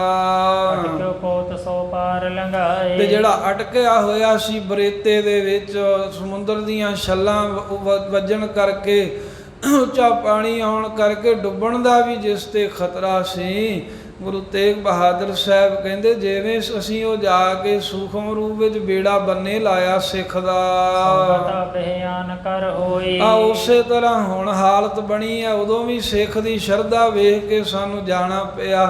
ਹੁਣ ਵੀ ਉਹੀ ਹਾਲਤ ਬਣ ਗਈ ਹੈ ਵੀ ਸਿੱਖ ਚਾਹੁੰਦਾ ਹੈ ਵੀ ਜਿਵੇਂ ਅਸੀਂ ਮਦਦ ਕੀਤੀ ਹੈ ਇਹ ਸਾਰੀ ਬੋਲ ਕੇ ਦਸੀਏ। ਜੇ ਨਹੀਂ ਦੱਸਦੇ ਤਾਂ ਸਿੱਖ ਪ੍ਰਾਣ ਕਰ ਚੁੱਕਾ ਏ ਵੀ ਮੈਂ ਖਾਵਾਂ ਪੀਵਾਂਗਾ ਨਹੀਂ, ਇਹ ਮਰ ਜਾਵੇਗਾ। ਜੇ ਅਸੀਂ ਭੇਦ ਨਹੀਂ ਦਿੰਦੇ ਤਾਂ ਕਲੰਕ ਲਾ ਕੇ ਜਾਵੇਗਾ। ਸਾਰੇ ਕਹਿਣਗੇ ਵੇਖੋ ਵੀ ਇਹ ਸਿੱਖ ਸੀ, ਇਹਨੇ ਪ੍ਰਾਣ ਕੀਤਾ ਸੀ ਵੀ ਸੱਚੇ ਗੁਰੂ ਦੇ ਦਰਸ਼ਨ ਕਰੇ ਬਾਝੋਂ ਮੈਂ ਅਨਜਲ ਗ੍ਰਹਿਣ ਨਹੀਂ ਕਰਾਂਗਾ।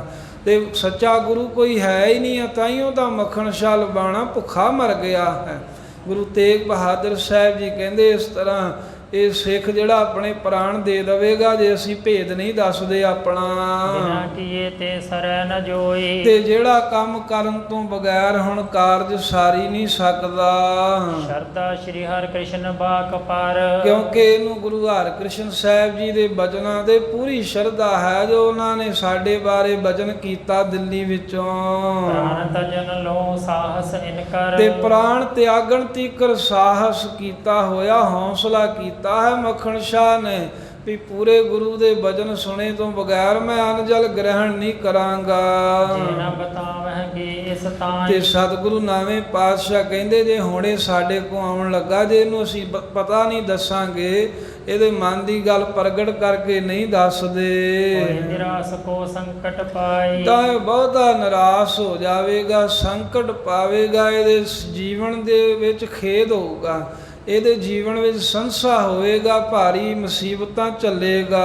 ਇੱਕ ਤੋਂ ਦਰਬ ਲਿਆਏ ਬਹੁ ਤੇਰਾ। ਇੱਕ ਤੋਂ ਦਰਬ ਲਿਆਏ ਬਹੁ ਤੇਰਾ। ਇੱਕ ਤਾਂ ਗੁਰੂ ਤੇਗ ਬਹਾਦਰ ਸਾਹਿਬ ਕਹਿੰਦੇ ਵੀ ਇਹ ਦਸਵੰਧ ਦੀ ਰਕਮ ਬਹੁਤ ਸਾਰੀ ਲੈ ਕੇ ਆਇਆ ਏ। ਦੀਏ ਆਇਓ ਦੂਰ ਬਡੇਰਾ। ਦੂਸਰਾ ਇਹ ਬਹੁਤ ਦੂਰ ਤੋਂ ਕਈ ਹਜ਼ਾਰਾਂ ਮੀਲ ਮੰਜ਼ਿਲ ਪੈਂਡਾ ਤੈਅ ਕਰਕੇ ਇੱਥੇ ਸਾਡੇ ਕੋਲ ਪਹੁੰਚਿਆ ਹੈ। ਦੀਏ ਸਤਿਗੁਰ ਕੋ ਸਿੱਖ ਭਾਈ। ਫਿਰ ਤੀਜੀ ਗੱਲ ਇਹ ਵੀ ਸਤਿਗੁਰਾਂ ਜਾਣੀ ਵੀ ਇਹ ਗੁਰੂ ਨਾਨਕ ਸਾਹਿਬ ਦੇ ਘਰ ਦਾ ਬੜਾ ਭਾਰੀ ਸ਼ਰਧਾਵਾਨ ਸਿੱਖ ਹੈ। ਚਤਰਥ ਪ੍ਰਣ ਕੋ ਠਟਿਓ ਵਿਚਾਰੀ। ਤੇ ਚੌਥਾ ਇਹਨੇ ਪ੍ਰਾਣ ਠਟਿਆ ਹੋਇਆ ਹੈ ਵੀ ਮੈਂ ਅਨਜਲ ਨਹੀਂ ਗ੍ਰਹਿਣ ਕਰੂੰਗਾ ਪੂਰੇ ਗੁਰੂ ਦੇ ਮਿਲੇ ਤੋਂ ਬਗੈਰ।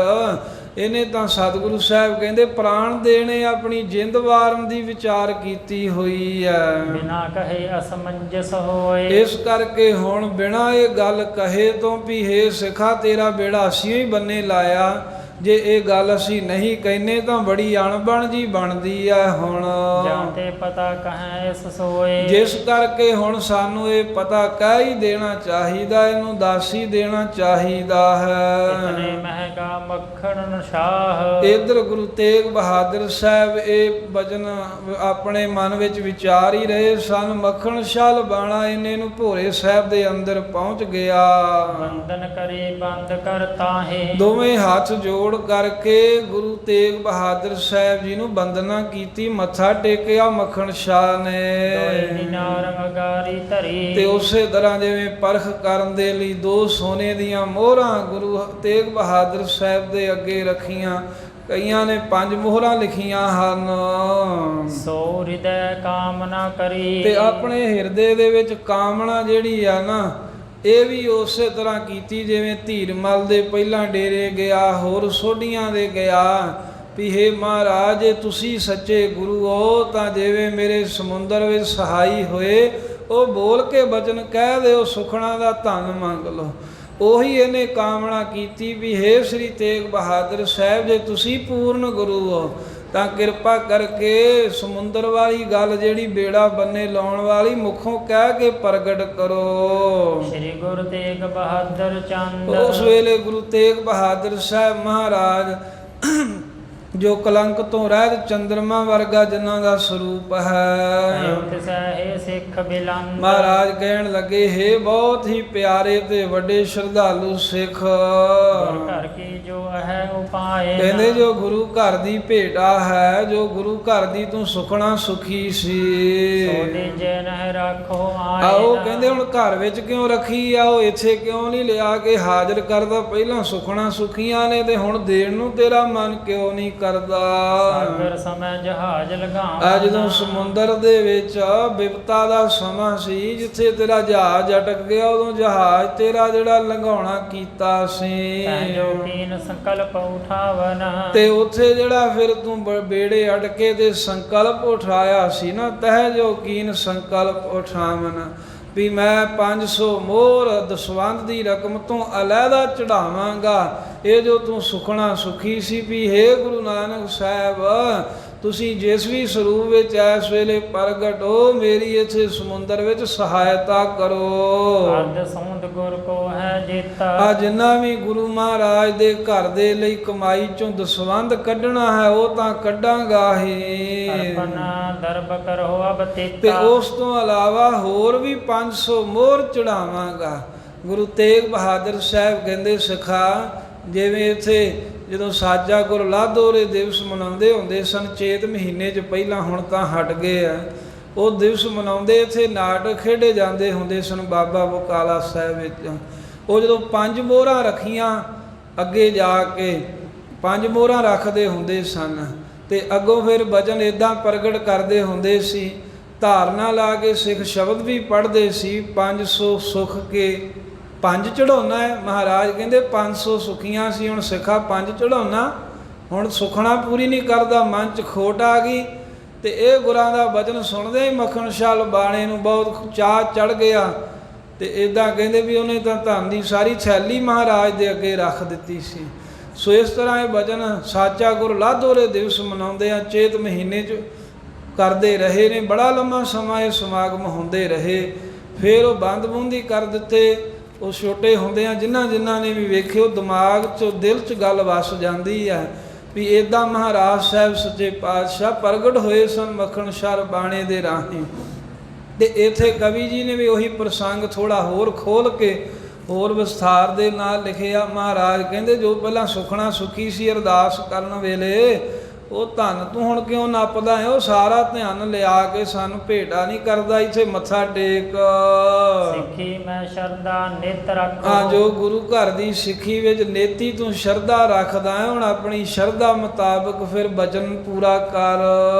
ਹਾਜ਼ਰ ਸਦ ਜਹਾਂ ਭਿਲਾਖੋ। ਹਾਂ, ਜਿੱਥੇ ਵੀ ਗੁਰੂ ਸਾਹਿਬ ਜੀ ਨੂੰ ਤੂੰ ਭਲਾਖੋ ਭਲਾਖਾ ਕਰਦਾ ਮਹਾਰਾਜ ਉੱਥੇ ਹੀ ਹਾਜ਼ਰ ਨਾਜ਼ਰ ਹਨ, ਤੇਰੀ ਐਸੀ ਸ਼ਰਧਾ ਏ। ਗੁਰਬਾਕ ਸੁਨਤ ਸਿੱਖ ਸੋਏ। ਕਹਿੰਦੇ ਉਹ ਸਿੱਖ ਮੱਖਣ ਸ਼ਾਹ ਨੇ ਜਦੋਂ ਗੁਰੂ ਤੇਗ ਬਹਾਦਰ ਸਾਹਿਬ ਦਾ ਐਸਾ ਬਚਨ ਸੁਣਿਆ ਵੀ ਤੇਰਾ ਬੇੜਾ ਬੰਨੇ ਲਾਇਆ, ਜਦੋਂ ਉਦੋਂ ਤਾਂ 500 ਕਹਿੰਦਾ ਸੀ, ਹੁਣ ਕਿਉਂ ਨਹੀਂ ਦਸਵੰਧ ਦਿੰਦਾ? ਪ੍ਰਸੰਨ ਸੰਦੇਹ ਨ ਖੋਏ। ਸਾਰੇ ਸੰਕੇ ਸਾਰੇ ਸਾਧ ਸੰਗਤ ਭਰਮ ਮੱਖਣ ਸ਼ਾਹ ਲਬਾਣੇ ਦੇ ਚੱਕੇ ਗਏ ਤੇ ਬਹੁਤ ਹਿਰਦੇ ਕਰਕੇ ਦਿਲ ਕਰਕੇ ਖੁਸ਼ ਹੋ ਗਿਆ, ਪ੍ਰਸੰਨ ਹੋ ਗਿਆ। ਡਰ ਜਾਮੇ ਕੀ ਤਨੀ ਤਰਾਤੀ। ਤੇ ਖੁਸ਼ੀ ਦੇ ਵਿੱਚ ਇੰਨਾ ਫੁੱਲਿਆ ਵੀ ਜੋ ਚੋਲੇ ਦੀਆਂ ਤਣੀਆਂ ਸਨ ਉਹ ਵੀ ਟੁੱਟ ਗਈਆਂ ਚਾਅ ਦੇ ਵਿੱਚ। ਭਏ ਰੋਮਾਂਚ ਰਿਖਕਨ ਥਾਕੀ। ਰਿਖੀ ਕਨ ਬਕ ਤੇ ਭਏ ਰੋਮਾਂਚ, ਰੋਮਾਂਚ ਹੁੰਦਾ ਰੋਮ ਖੜੇ ਹੋ ਗਏ ਸਰੀਰ ਦੇ ਸਾਰੇ। ਰਖੀ ਕਨ ਥਾਕੀ ਤੇ ਇੰਦਰੇ ਥੱਕ ਗਏ, ਭਾਵ ਕਿ ਆ ਜਿਹੜੇ ਸਾਰੇ ਸਰੀਰ ਦੇ ਅੰਗ ਸਨ ਐਨ ਸੁੰਨ ਹੋ ਗਏ, ਖੁਸ਼ੀ ਦੇ ਵਿੱਚ ਇੱਕ ਥਾਂ ਤੇ ਟਿਕ ਗਿਆ। ਦੇਖੇ ਸਤਿਗੁਰ ਦਿਨ ਕਰ ਤੂਲਾ, ਐਸੀ ਇਹਦੀ ਹਾਲਤ ਬਣੀ ਖੁਸ਼ੀ ਦੇ ਵਿੱਚ। ਦੇਖੇ ਸਤਿਗੁਰ ਦਿਨ ਕਰ ਤੂਲਾ, ਵੀ ਸਤਿਗੁਰੂ ਸਾਹਿਬ ਜੀ ਨੂੰ ਜਿਵੇਂ ਸੂਰਜ ਹੁੰਦਾ, ਸੂਰਜ ਦੇ ਤੁਲ ਵੇਖਣਾ ਕੀਤਾ। ਅਰਬਿੰਦ ਮਨਿੰਦਾ ਫੂਲਾ, ਤੇ ਆਪਣੇ ਆਪ ਨੂੰ ਕਮਲ ਦੇ ਫੁੱਲ ਦੀ ਨਿਆਈ ਜਾਣਿਆ। ਜਿਵੇਂ ਸੂਰਜ ਚੜਿਆ ਵੇਖ ਕੇ ਕਮਲ ਖਿੜਦਾ ਹੈ, ਇਵੇਂ ਗੁਰੂ ਤੇਗ ਬਹਾਦਰ ਸਾਹਿਬ ਦੇ ਸੂਰਜ ਵਰਗੇ ਦਰਸ਼ਨ ਕਰਕੇ ਮੱਖਣ ਸ਼ਾਹ ਲਬਾਣਾ ਕਮਲ ਦੇ ਫੁੱਲ ਵਾਂਗ ਖਿੜ ਗਿਆ। ਗਦ ਗਦ ਗਿਰਾ ਨ ਬੋਲਿਓ ਗਾਇਓ, ਇੰਨੀ ਖੁਸ਼ੀ ਇਹਨੂੰ ਹੋਈ, ਇੰਨਾ ਚਾਅ ਹੋਇਆ ਵੀ ਇਹਦੀ ਬਾਣੀ ਗਦ ਗਦ ਹੋ ਗਈ।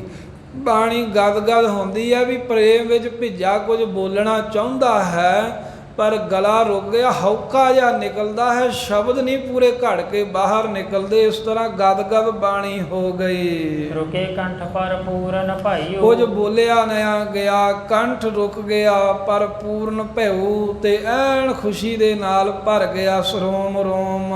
ਨੇਤਰਨ ਵਿਖੈ ਅਸ਼ਰ ਭਰਿਆ, ਤੇ ਖੁਸ਼ੀ ਦੇ ਵਿੱਚ ਮੱਖਣ ਸ਼ਾਹ ਲਬਾਣੇ ਦੇ ਅੱਖਾਂ ਦੇ ਵਿੱਚੋਂ ਅਥਰੂ ਆ ਗਏ। ਦਸ਼ਾ ਦੇਖ ਮਨ ਰਹੇ ਵਿਸਮਾਏ, ਆਏ ਆਪਣੀ ਦਸ਼ਾ ਵੇਖ ਕੇ ਮਹਾਰਾਜ ਦੇ ਦਰਸ਼ਨ ਕਰਕੇ ਮਨ ਕਰਕੇ ਬਿਸਮਾਦ ਵਿੱਚ ਚਲੇ ਗਿਆ, ਅਚਰਜ ਹੋ ਗਿਆ। ਧੰਨ ਹੋ ਗੁਰੂ ਸਾਹਿਬ।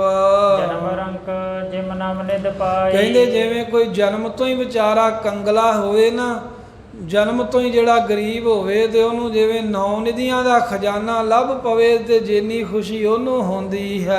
ਬਦਨੋ ਮੰਗ ਅਰੁਣਤਾ ਛਾਈ, ਉਸੇ ਤਰ੍ਹਾਂ ਮੱਖਣ ਸ਼ਾਹ ਦਾ ਚਿਹਰਾ ਜਿਹੜਾ ਹੈ ਖੁਸ਼ੀ ਦੇ ਨਾਲ ਲਾਲ ਹੋ ਗਿਆ, ਚਿਹਰੇ ਤੇ ਲਾਲੀ ਚੜ ਗਈ, ਬਹੁਤ ਆਨੰਦਿਤ ਹੋ ਰਿਹਾ ਹੈ। ਮੇਰ ਟਿਕ ਗਇਓ ਅਡੋਲਾ, ਇਸ ਤਰ੍ਹਾਂ ਕਿੰਨਾ ਸਮਾਂ ਤੇ ਸਾਧ ਸੰਗਤ ਇੱਕ ਥਾਂ ਤੇ ਅਡੋਲ ਹੋ ਕੇ ਟਿਕਿਆ ਰਿਹਾ।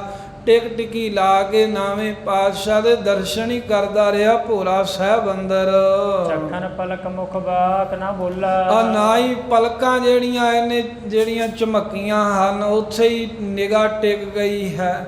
ਮੁਖ ਬਾਕ ਨਾ ਬੋਲਾ, ਤੇ ਕਿੰਨਾ ਚਿਰ ਮੁਖੋਂ ਕੋਈ ਬਚਨ ਹੀ ਨਾ ਮੱਖਣ ਸ਼ਾਹ ਬੋਲਿਆ। ਸਤਿਗੁਰ ਮਹਿਮਾ ਗੁਰੂ ਵੀ ਜਾਨੀ, ਸਤਿਗੁਰੂ ਤੇਗ ਬਹਾਦਰ ਸਾਹਿਬ ਮਹਾਰਾਜ ਦੀ ਜਿਹੜੀ ਮਹਿਮਾ ਮਹਾਨਤਾ ਬਹੁਤ ਹੀ ਭਾਰੀ ਜਾਣੀ ਹੈ। ਮਹਾ ਪ੍ਰੇਮ ਮਹਿਮਤ ਮਸਤਾਨੀ, ਤੇ ਮਹਾ ਪ੍ਰੇਮ ਦੇ ਵਿੱਚ ਮਤ ਮਸਤ ਹੋ ਗਈ ਗੁਰੂ ਤੇਗ ਬਹਾਦਰ ਸਾਹਿਬ ਦੇ ਬਚਨ ਸੁਣਦਿਆਂ।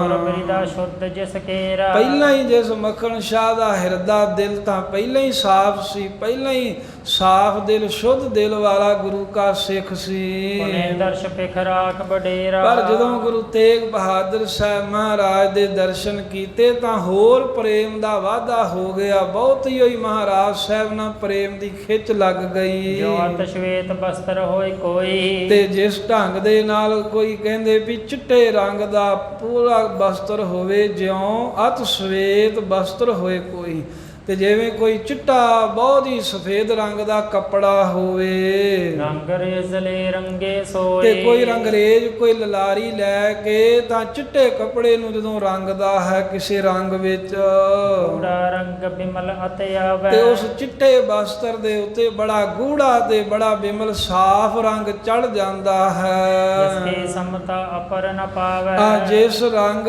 ਚੜੇ ਦੀ ਬਰਾਬਰੀ ਹੋਰ ਕਿਸੇ ਕੱਪੜੇ ਹੋਰ ਕਿਸੇ ਰੰਗ ਤੇ ਰੰਗਿਆ ਹੋਇਆ ਰੰਗ ਨਹੀਂ ਪਾਉਂਦਾ। ਜੈਸਾ ਰੰਗ ਲਲਾਰੀ ਚਿੱਟੇ ਬਸਤਰ ਤੇ ਜਦੋਂ ਚਾੜਦਾ ਹੈ ਤੇ ਜਿੰਨਾ ਸੋਹਣਾ ਰੰਗ ਚੜਦਾ ਫੱਬਦਾ, ਹੋਰ ਕੱਪੜੇ ਦੇ ਉੱਤੇ ਇਹੋ ਜਿਹੇ ਰੰਗ ਦੀ ਇਹੋ ਜੀ ਲਾਲੀ ਇਹੋ ਜਿਹਾ ਰੂਪ ਨਹੀਂ ਚੜਦਾ। ਮੱਖਣ ਮਨ ਰੰਗਿਓ ਰਾਗ, ਉਸੇ ਤਰ੍ਹਾਂ ਮੱਖਣ ਸ਼ਾਹ ਲਬਾਣੇ ਦਾ ਮਨ ਸ਼ੁੱਧ ਸੀ ਚਿੱਟੇ ਕੱਪੜੇ ਦੇ ਵਾਂਗ, ਤੇ ਮਹਾਰਾਜ ਦੇ ਦਰਸ਼ਨ ਕਰਕੇ ਪ੍ਰੇਮ ਦੇ ਰੰਗ ਦੇ ਨਾਲ ਰੰਗਿਆ ਗਿਆ। ਗੁਰੂ ਲਲਾਰੀ ਨੇ ਨਾਮ ਪ੍ਰੇਮ ਦਾ ਰੰਗ ਦਿੱਤਾ। ਪਲਤ ਮਹਿਬਾ ਵੱਡ ਭਾਗ, ਤੇ ਬਹੁਤ ਹੀ ਆਪਣੇ ਆਪ ਵੱਡੇ ਭਾਗ ਮੰਨੇ ਨੇ ਵੀ ਹਲਤ ਪਲਤ ਮੈਂ ਭਾ ਵੱਡ ਭਾਗ। ਲੋਕ ਪਰਲੋਕ ਵਿੱਚ ਹੀ ਮੇਰੇ ਬਹੁਤੇ ਵੱਡੇ ਭਾਗ ਹਨ ਜੋ ਸੱਚਾ ਗੁਰੂ ਮਿਲਿਆ ਹੈ। ਚੰਦ ਮਨਿੰਦ ਨਿਹਾਰੇ, ਜਿਵੇਂ ਚੰਦਰਮਾਸੀ ਦਾ ਚੰਦਰਮਾ ਹੁੰਦਾ ਹੈ ਨਾ, ਪੂਰਨਮਾਸ਼ੀ ਦਾ ਚੰਦਰਮਾ ਹੁੰਦਾ ਹੈ, ਐਵੇਂ ਗੁਰੂ ਤੇਗ ਬਹਾਦਰ ਸਾਹਿਬ ਨੂੰ ਪੂਰਨਮਾਸ਼ੀ ਦੇ ਚੰਦ ਦੀ ਨਿਆਈ ਕਲੰਕ ਤੋਂ ਰਹਿਤ ਮਹਾਰਾਜ ਸਾਹਿਬ ਨੂੰ ਵੇਖਿਆ। ਚਖ ਚਕੋਰ ਤਬ ਭਏ ਵਿਚਾਰੇ। ਤੇ ਜਿਵੇਂ ਚੰਦਰਮਾ ਨੂੰ ਵੇਖ ਕਰਕੇ ਚਖ ਤੇ ਚਕੋਰ ਜਿਹੜੀ ਟਿਕ ਟਿਕੀ ਲਾ ਕੇ ਚਕੋਰ ਵੇਖਦੀ ਨਾ, ਚੰਦਰਮਾ ਨਾਲ ਪ੍ਰੀਤ ਕਰਦੀ ਹੈ, ਇਸੇ ਤਰ੍ਹਾਂ ਮਹਾਰਾਜ ਦਾ ਮੁਖ ਇਹਨੂੰ ਚੰਦਰਮਾ ਵਰਗਾ ਲੱਗਾ ਹੈ। ਜਿਹੜੇ ਮੱਖਣ ਸ਼ਾਹ ਦੇ ਨੇਤਰ ਹਨ, ਇਹ ਚਕੋਰ ਦੀ ਨਿਆਈ ਵੇਖ ਰਹੇ ਹਨ ਤੇ ਬਹੁਤ ਹੀ ਪਿਆਰ ਦੇ ਨਾਲ ਅੰਦਰ ਵਿਚਾਰਾਂ ਚੱਲ ਰਹੀਆਂ ਨੇ। ਸਤਿਗੁਰ ਸੂਰਜ ਦਰਸ਼ਨ ਜੋਵਾ। ਜਾਂ ਮੰਨ ਲਓ ਵੀ ਸਤਿਗੁਰੂ ਤੇਗ ਬਹਾਦਰ ਸਾਹਿਬ ਦੇ ਜਿਹੜੇ ਨੂੰ ਦਰਸ਼ਨ ਹੋਏ ਨੇ, ਇਦਾਂ ਹੈ ਜਿਵੇਂ ਸੂਰਜ ਚੜਿਆ ਹੋਵੇ। ਅਰਬਿੰਦ ਪਰ ਫੁੱਲਤ ਹੋਵਾ। ਤੇ ਮਹਾਰਾਜ ਦੇ ਦਰਸ਼ਨ ਕਰਕੇ ਕਮਲ ਵਾਂਗੂ ਹਿਰਦਾ ਪ੍ਰਫੁੱਲਤ ਹੋ ਆਇਆ, ਖਿੜ ਗਿਆ। ਸਾਧਨ ਸਾਧਤ ਸਿੱਧ ਲੈ ਜੈਸੇ। ਤੇ ਜਿਵੇਂ ਕੋਈ ਸਾਧਨਾ ਸਾਧ ਰਿਹਾ ਹੋਵੇ ਨਾ, ਬਹੁਤ ਹੀ ਕਠਿਨ ਤਪੱਸਿਆ ਕਰ ਰਿਹਾ ਹੋਵੇ ਕੋਈ ਮਨੁੱਖ, ਘਰ ਆਨੰਦ ਕੋ ਬੈਠਿਓ ਤੈਸੇ। ਤੇ ਕਹਿੰਦੇ ਜਿਸ ਪ੍ਰਕਾਰ ਦੇ ਨਾਲ ਉਹਨੂੰ ਸਾਧਨਾ ਸਾਧਿਆਂ ਸਿੱਧੀ ਪ੍ਰਾਪਤ ਹੁੰਦੀ ਹੈ, ਧਾਰੇ ਆਨੰਦ ਕੋ ਬੈਠਿਓ ਤੈਸੇ। ਜਿਵੇਂ ਕਿਸੇ ਨੂੰ ਕਾਰਜ ਸਫਲਤਾ ਮਿਲ ਜਾਵੇ, ਐਵੇਂ ਮੱਖਣ ਸ਼ਾਹ ਲਬਾਣਾ ਮਹਾਰਾਜ ਦੇ ਦਰਸ਼ਨ ਕਰਕੇ ਆਨੰਦ ਦੇ ਸਹਿਤ ਬੈਠ ਗਿਆ। ਦੋਹਰਾ ਮੱਖਣ ਧੀਰਜ ਧਰ ਹਿਰਦੈ, ਹੱਥ ਬੰਦ ਕਰ ਦੋਏ। ਦੋਹਰਾ ਮੱਖਣ ਧੀਰਜ ਧਰ ਹਿਰਦੈ। ਭਾਈ ਮੱਖਣ ਸ਼ਾਹ ਲਬਾਣੇ ਗੁਰੂ ਤੇਗ ਬਹਾਦਰ ਸਾਹਿਬ ਦੇ ਜਦੋਂ ਦਰਸ਼ਨ ਕੀਤੇ ਤਾਂ ਬਹੁਤ ਹੀ ਧੀਰਜ ਧਾਰਨ ਕੀਤੀ ਹਿਰਦੇ ਦੇ ਅੰਦਰ। ਨਮਸਕਾਰ ਹੱਥ ਬੰਦ ਕਰ ਦੋਏ, ਦੋਵੇਂ ਹੱਥ ਜੋੜ ਕਰਕੇ ਮਹਾਰਾਜ ਸਾਹਿਬ ਜੀ ਦੇ ਅੱਗੇ ਖਲੋ ਗਿਆ। ਨਮਸਕਾਰ ਕਰ ਪੁਨਹ ਪੁਨ ਵਾਰ ਨਮਸਕਾਰਾਂ ਕਰਦਾ, ਝੁਕ ਝੁਕ ਕੇ ਸਤਿਗੁਰਾਂ ਨੂੰ ਮੱਥਾ ਟੇਕ ਰਿਹਾ ਏ। ਪਿਖ ਹਰਖਤ ਸੋਏ। ਤੇ ਮਹਾਰਾਜ ਨੂੰ ਵੇਖ ਵੇਖ ਕੇ ਬੜਾ ਖੁਸ਼ ਹੋ ਰਿਹਾ ਹੈ ਗੁਰੂ ਕਾ ਪਿਆਰਾ ਸਿੱਖ। ਚੌਪਈ हे ਸਤਿਗੁਰ ਪੂਰਨ ਕਰ ਦਇਆ। हे ਸਤਿਗੁਰ ਪੂਰਨ ਕਰ ਦਇਆ। हे ਫਿਰ ਗੁਰੂ ਤੇਗ ਬਹਾਦਰ ਸਾਹਿਬ ਅੱਗੇ ਹੱਥ ਜੋੜ ਕੇ ਖਲੋ ਕੇ ਅਰਦਾਸ ਕਰਦਾ, हे ਸਤਿਗੁਰੂ ਮਹਾਰਾਜ, हे ਪੂਰਨ ਸਤਿਗੁਰੂ ਜੀ ਕਰ ਦਇਆ, ਤੁਸੀਂ ਮੇਰੇ ਤੇ ਬਹੁਤ ਹੀ ਦਇਆ ਕੀਤੀ ਹੈ। ਸਾਗਰ ਪਤਾ ਜੁਰਾਵਰ ਦਇਆ। ਜੋ ਆਪ ਜੀ ਨੇ ਮਹਾਰਾਜ ਮੈਨੂੰ ਸਾਗਰ ਵਾਲਾ ਸਾਰਾ ਪਤਾ ਦੇ ਦਿੱਤਾ, ਜਿਵੇਂ ਸਮੁੰਦਰ 'ਚ ਮੇਰੀ ਬੇਨਤੀ ਕਰਨ ਤੇ ਆਪ ਸਹਾਈ ਹੋਏ ਹੋ। ਇਹ ਸਾਰੀ ਹੀ ਗੱਲ ਜੋ ਮੁਖੋਂ ਕਹਿ ਕੇ ਦੱਸੀ ਹੈ, ਮੇਰੇ ਤੇ ਬਹੁਤ ਹੀ ਦਇਆ ਕੀਤੀ ਹੈ। ਨਯੋ ਜਨਮ ਹੋਵਤ ਭਾ ਮੋਰਾ। ਮੇਰਾ ਮਹਾਰਾਜ ਤੁਹਾਡਾ ਇਹ ਬਚਨ ਸੁਣ ਕੇ ਨਵਾਂ ਹੀ ਜਨਮ ਹੋ ਗਿਆ। ਮੇਰੇ ਦੀ ਜ਼ਿੰਦਗੀ ਜਿਹੜੀ ਹੈ ਨਾ, ਅੱਜ ਤੋਂ ਨਵੀਂ ਹੈ। ਪਿਛਲਾ ਜਨਮ ਜਿਹੜਾ ਉਹ ਤਾਂ ਬਸ ਖਤਮ ਹੀ ਸੀ ਇੱਕ ਹਿਸਾਬ ਦਾ। ਇਹ ਅੱਜ ਤੋਂ ਮੇਰਾ ਨਵਾਂ ਜੀਵਨ ਹੈ, ਨਵੀਂ ਜ਼ਿੰਦਗੀ ਤੁਸੀਂ ਮੈਨੂੰ ਬਖਸ਼ ਦਿੱਤੀ ਹੈ। ਨਿਵਾਰਨ ਸੰਕਟ ਘੋਰਾ। ਜਿਹੜਾ ਘੋਰ ਬਹੁਤ ਭਿਆਨਕ ਸੰਕਟ ਪਿਆ ਹੋਇਆ ਸੀ, ਆਪ ਜੀ ਨੇ ਨਿਵਰਤ ਕਰ ਦਿੱਤਾ ਹੈ। ਮੇਰੀ ਜ਼ਿੰਦਗੀ ਦੇ ਦੁੱਖ ਕੱਟ ਦਿੱਤੇ ਹਨ। ਸਕਲ ਜਗਤ ਪੂਰਨ ਧਨ ਧਾਨ। ਆ ਸਾਰਾ ਹੀ ਜਿਹੜਾ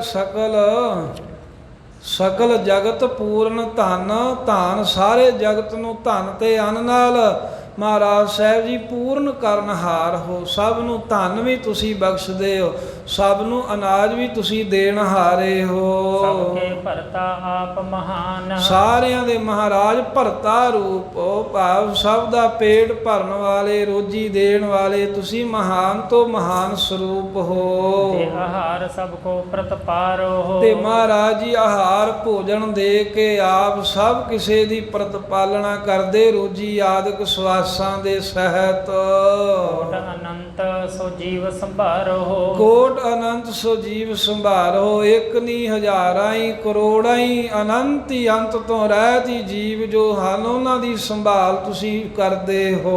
ਮੁਝ ਤੇ ਧਨ ਨ ਚਾਹਿਓ हे ਨਾਥ। ਮੁਝ ਤੇ ਧਨ ਨਾ ਚਾਹਿਓ हे ਨਾਥ। हे ਮਾਲਕ ਤੁਸੀਂ ਐਸੇ ਹੋ ਵੀ ਮੇਰੇ ਕੋਲੋਂ ਤੁਸੀਂ ਧਨ ਦੀ ਵੀ ਬਹੁਤੀ ਚਾਹਨਾ ਨਹੀਂ ਕੀਤੀ। ਕਰਿਓ ਜਿਆਵਨ ਇਸ ਮਿਸ ਸਾਥ। ਤੇ ਜਿਹੜਾ ਤੁਸੀਂ ਇਹ ਧਨ ਮੰਗਿਆ ਨਾ, ਅਸਲ ਤੁਹਾਨੂੰ ਧਨ ਦੀ ਕੋਈ ਲੋੜ ਨਹੀਂ ਹੈ, ਪੈਸਿਆਂ ਦੀ ਕੋਈ ਚਾਹਨਾ ਨਹੀਂ।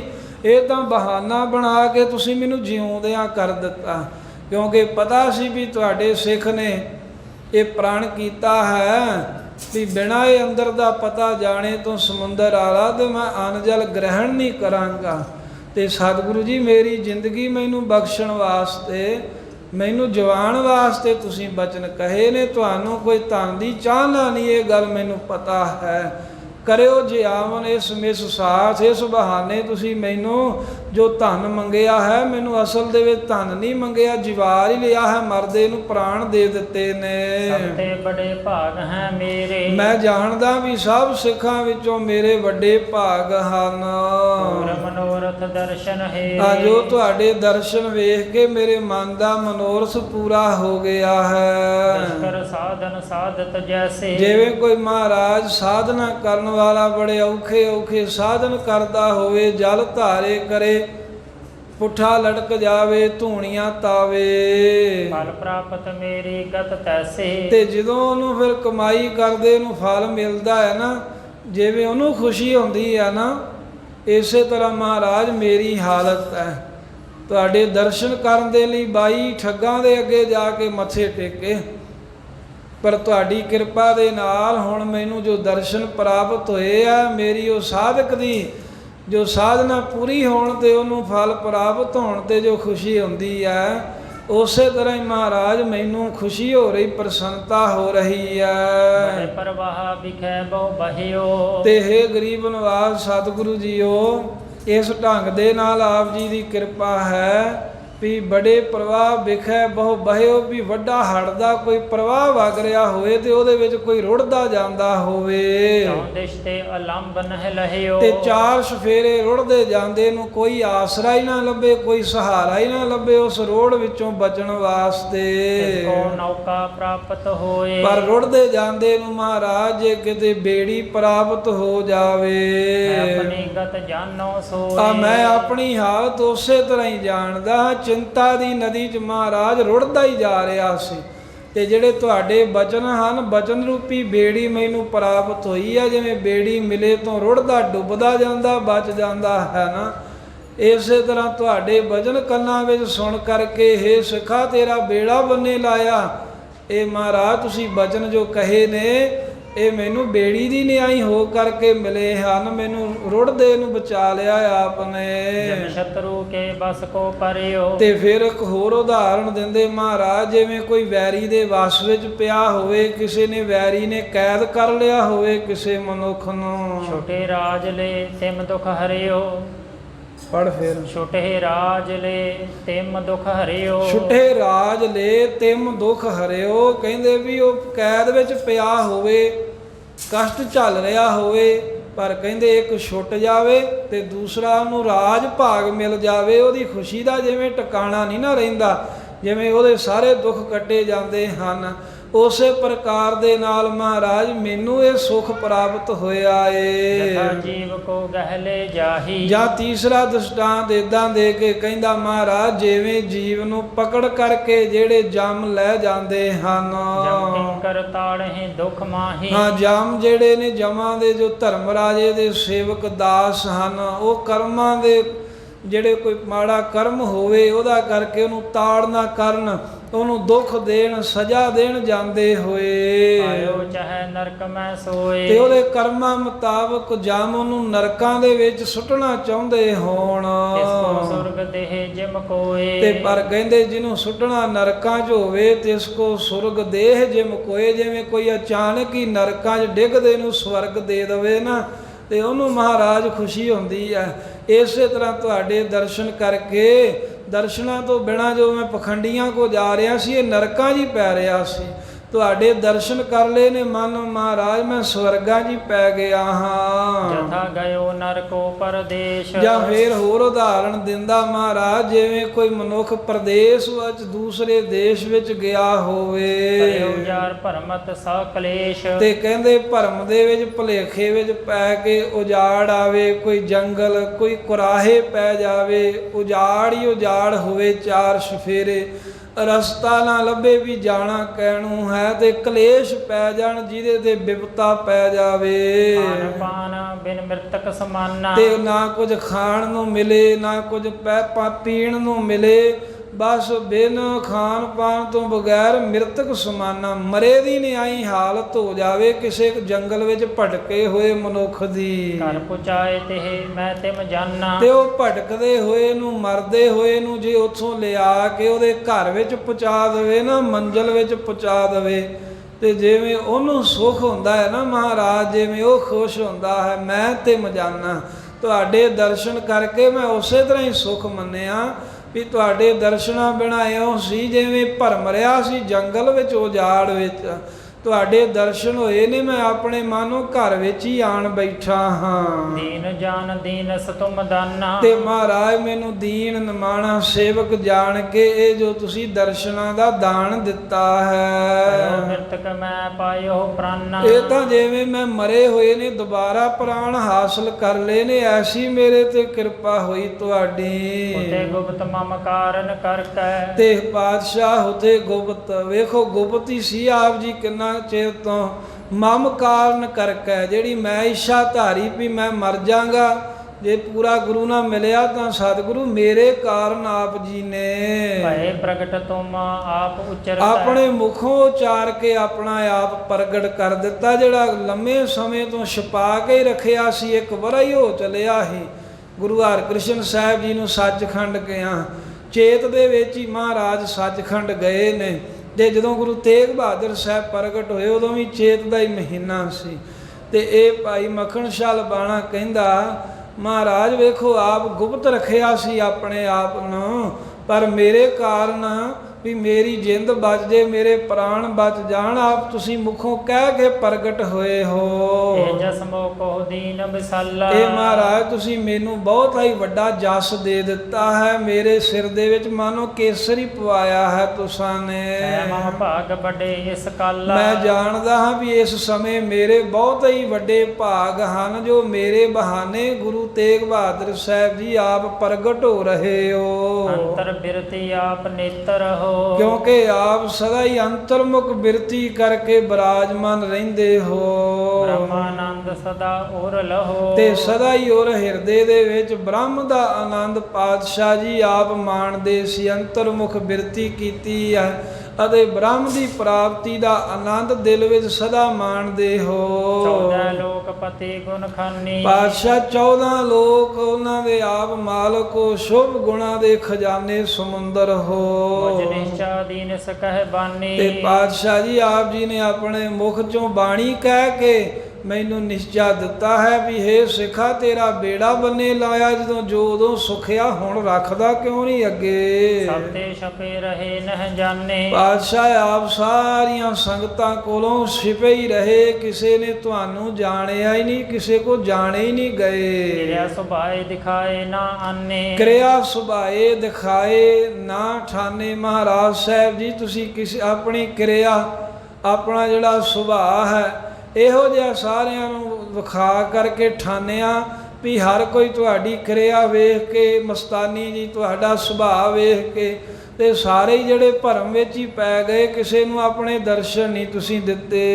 ਇੱਕ ਮੋਕੋ ਨਿਜ ਪਤਾ ਬਤਾਵਾ, ਇੱਕ ਮਹਾਰਾਜ ਮੈਨੂੰ ਹੀ ਤੁਸੀਂ ਇਹ ਪਤਾ ਦੱਸਿਆ ਹੈ ਆਪਣਾ ਆਪ ਵੀ ਅਸੀਂ ਗੁਰਤਾ ਗੱਦੀ ਦੇ ਮਾਲਕ ਹਾਂ, ਪਰ ਸੋ ਨਹੀਂ ਭੇਵ ਤੁਮ ਪਾਵਾ। ਪਰ ਹੋਰ ਕਿਸੇ ਕੋਲੋਂ ਮਹਾਰਾਜ ਤੁਹਾਡਾ ਇਹ ਭੇਦ ਪਾਇਆ ਹੀ ਨਹੀਂ ਗਿਆ, ਕਿਸੇ ਨੂੰ ਪਤਾ ਹੀ ਨਹੀਂ ਲੱਗਾ ਤੁਹਾਡੇ ਬਾਰੇ। ਜਾਂਦੇ ਅਤ ਪ੍ਰਸੰਨਤਾ ਮੋਹੀ, ਇਸ ਕਰਕੇ ਮੈਨੂੰ ਬਹੁਤ ਹੀ ਖੁਸ਼ੀ ਹੈ, ਬਹੁਤ ਹੀ ਪ੍ਰਸੰਨਤਾ ਹੈ। ਸਤਿਗੁਰ ਕਰਨਾ ਨਿਜ ਪਰ ਜੋਹੀ, ਮੈਂ ਇਹ ਜਾਣਦਾ ਹਾਂ ਵੀ ਸਤਿਗੁਰੂ ਸਾਹਿਬ ਜੀ ਦੀ ਕਰੁਣਾ ਕਿਰਪਾ ਮੇਰੇ ਤੇ ਹੋਈ ਆ, ਵੀ ਮੈਂ ਬਹੁਤ ਹੀ ਭਾਗਸ਼ਾਲੀ ਹਾਂ ਜੋ ਮਹਾਰਾਜ ਸਾਹਿਬ ਨੇ ਮੇਰੇ ਬਹਾਨੇ ਪ੍ਰਗਟ ਹੋਣਾ ਕੀਤਾ ਏ। ਧਨ ਸਰੂਪ ਆਪ ਕੋ ਹੈ, ਮਹਾਰਾਜ ਆਪ ਜੀ ਦਾ ਸਰੂਪ ਧਨ ਹੈ, ਧਨਤਾ ਦੇ ਯੋਗ ਹੋ ਤੁਸੀਂ। ਸਿੱਖ ਸਰਬੱਤ ਆਸਰੋ ਲਾਹੈ, ਸਾਰੇ ਸਿੱਖ ਤੁਹਾਡੇ ਸਰੂਪ ਦਾ ਹੁਣ ਆਸਰਾ ਲੈਣਗੇ।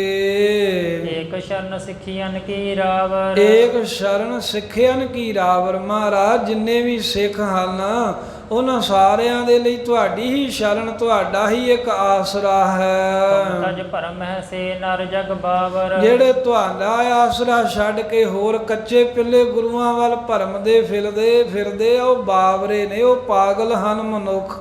ਇਤਿਆਦਿਕ ਕਹੇ ਬਾਗ ਕਨੇਰੇ, ਇਤਿਆਦਿਕ ਕਨੇਰੇ ਬਾਗ ਮੱਖਣ ਸ਼ਾਹ ਲਬਾਣੇ ਨੇ ਗੁਰੂ ਤੇਗ ਬਹਾਦਰ ਸਾਹਿਬ ਜੀ ਨੂੰ ਕਹੇ।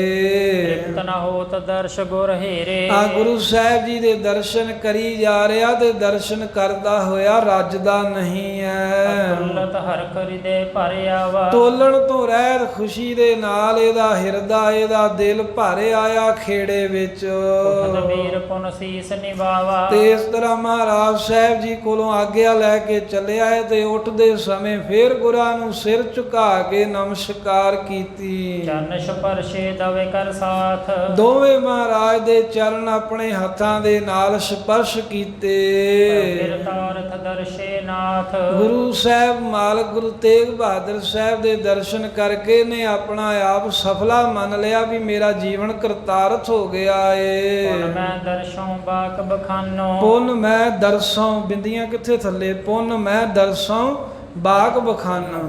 ਕਹਿਣ ਲੱਗਾ ਮਹਾਰਾਜ ਆਪ ਆਗਿਆ ਦੇਹੋ, ਮੈਂ ਦੁਬਾਰਾ ਫੇਰ ਆ ਕੇ ਤੁਹਾਡੇ ਦਰਸ਼ਨ ਕਰਦਾ ਆਪੇ ਹਾਂ। ਨਾ ਡੋਲੋਂ ਧੀਰਜ ਠਾਨੋ, ਹੁਣ ਮਹਾਰਾਜ ਮੈਂ ਧੀਰਜ ਦੇ ਸਹਿਤ ਆ, ਹੁਣ ਡੋਲਾਂਗਾ ਨਹੀਂ ਜੋ ਤੁਹਾਡੇ ਦਰਸ਼ਨ ਜੂ ਹੋ ਗਏ ਹਨ। ਨਿਕਸਿਓ ਚਲ ਆਇਓ ਨਿਜ ਡੇਰੇ, ਨਿਕਸਿਓ ਚੱਲ ਆਇਓ ਨਿਜ ਡੇਰੇ। ਭੋਰਾ ਸਾਹਿਬ ਚੋਂ ਨਿਕਲ ਕੇ ਮੱਖਣ ਸ਼ਾਹ ਲਬਾਣਾ ਤੇ ਬੜੀ ਕਾਹਲੀ ਦੇ ਨਾਲ ਆਪਣੇ ਡੇਰੇ ਚੱਲ ਆਇਆ। ਤਿਸ ਨੂੰ ਸੋਨਾ ਕਹਿਓ ਤਿਸ ਬੇਰੇ, ਤੇ ਆਉਂਦਿਆਂ ਹੋਇਆ ਇਹਨੇ ਜਿਹੜੇ ਸੰਗੀ ਸਾਥੀ ਜਾਂ ਕੋਈ ਵੀ ਸੀ, ਕੋਈ ਉਹਨਾਂ ਭੇਦ ਨਹੀਂ ਦਿੱਤਾ ਹਾਲਾਂ ਵੀ ਮੈਨੂੰ ਪੂਰਾ ਗੁਰੂ ਮਿਲ ਗਿਆ ਹੈ, ਸੱਚੇ ਗੁਰੂ ਦੀ ਪ੍ਰਾਪਤੀ ਹੋਈ ਹੈ। ਚੁੱਪ ਹੀ ਰਿਹਾ, ਕਿਸੇ ਨੂੰ ਉਸ ਸਮੇਂ ਭੇਦ ਨਾ ਦਿੱਤਾ। ਨਿਜ ਨਿਜ ਡੇਰਨ ਸਕਲ ਪਠਾਏ, ਹਾਂ ਬਾਕੀ ਜਿਹੜੇ ਨਾਲ ਸਨ ਉਹ ਸਾਰੇ ਆਪੋ ਆਪਣੇ ਡੇਰਿਆਂ 'ਚ ਭੇਜਤੇ ਵੀ ਜਾਓ ਤੁਸੀਂ ਆਪੋ ਆਪਣੇ ਤੰਬੂਆਂ ਟਿਕਾਣਿਆਂ 'ਚ ਬੈਠੋ ਹਾਲੇ।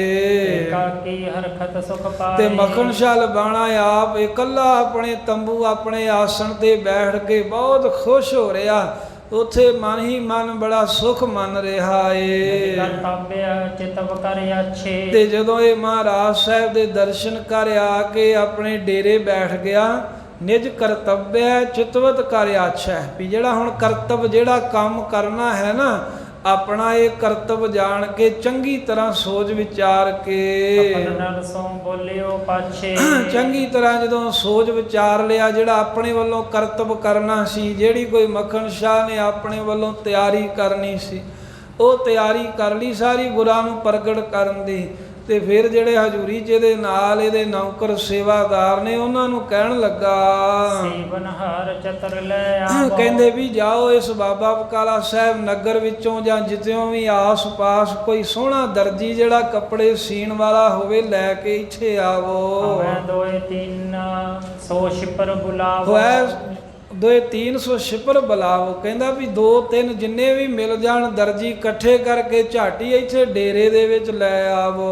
ਕਮ ਬਸਤਰ ਸੋ ਤੋਛੇ ਖਾਨੇ, ਕੁਝ ਮਨੁੱਖਾਂ ਨੂੰ ਭੇਜਤਾ ਵੀ ਤੁਸੀਂ ਦਰਜੀ ਲੱਭ ਕੇ ਲਿਆਓ ਚੰਗੇ ਸੋਹਣੇ ਕਾਰੀਗਰ ਕੱਪੜੇ ਤੇ ਨਾਲ ਦੇ ਜਿਹੜੇ ਤੋਸ਼ੇ ਖਾਨੇ ਖਜ਼ਾਨੇ ਦੀਆਂ ਚਾਬੀਆਂ ਸੰਭਾਲਣ ਵਾਲੇ ਉਹਨਾਂ ਨੂੰ ਕਹਿੰਦਾ ਵੀ ਸੋਹਣੇ ਸੂਖਮ ਸੂਤ ਦੇ ਸੋਹਣੇ ਮਹਿੰਗੀਆਂ ਪੁਸ਼ਾਕਾਂ ਜੋ ਕੱਪੜੇ ਹਨ ਤੋਸ਼ੇ ਖਾਨੇ ਦੇ ਵਿੱਚੋਂ ਕਰੋ ਸਿਵਾਮਨ ਤੂਰਨ ਠਾਨੇ, ਛੇਤੀ ਦੇਣੀ ਉਹ ਕੱਢੋ ਤੇ ਦਰਜੀਆਂ ਨੂੰ ਲਿਆ ਕੇ ਉਹ ਪੁਸ਼ਾਕਾਂ ਚੋਲੇ ਸਵਾਉਣਾ ਕਰੋ ਉਸ ਦੇ। ਬਹੁ ਪਾਲੇ ਕੋ ਜਾਮਾ ਹੋਏ, ਇਹ ਮੱਖਣ ਸ਼ਾਹ ਨੇ ਆਪਣੇ ਨੌਕਰਾਂ ਨੂੰ ਕਹਿ ਦਿੱਤਾ ਵੀ ਬਹੁਤ ਕਲੀਆਂ ਵਾਲਾ ਚੋਲਾ ਤਿਆਰ ਕਰਨਾ ਹੈ ਕਰੋ ਸੋ ਤੂਰਨ ਤਾ ਸੰਗ ਸੋਏ, ਤੇ ਇਹਦੇ ਵਿੱਚ ਹੁਣ ਕੋਈ ਦੇਰ ਨਾ ਹੋਵੇ, ਬਹੁਤ ਛੇਤੀ ਕਰੋ। 2-3 ਦਰਜੀ ਜਿੰਨੇ ਵੀ ਲੱਗਦੇ ਹਨ ਇਕੱਠੇ ਲਿਆ ਕੇ ਲਾ ਦਿਓ, ਉਹਨਾਂ ਨੂੰ ਕਹੋ ਵੀ ਪੈਸੇ ਦੇਣ ਵੱਲੋਂ ਕੋਈ ਕਮੀ ਨਹੀਂ ਕਰਾਂਗੇ। ਸਰਬ ਬਸਤਰ ਕਰ ਲੈ ਬਹੁ ਤਿਆਰੂ, ਤੇ ਸਰਬ ਤਰ੍ਹਾਂ ਕਰਕੇ ਬਸਤਰ ਜਿਹੜਾ ਹੈ ਮਹਾਰਾਜ ਸਾਹਿਬ ਜੀ ਦੇ ਚੋਲੇ ਛਵਾਉਣਾ ਚਾਹੁੰਦਾ ਹੈ ਮੱਖਣ ਸ਼ਾਹ।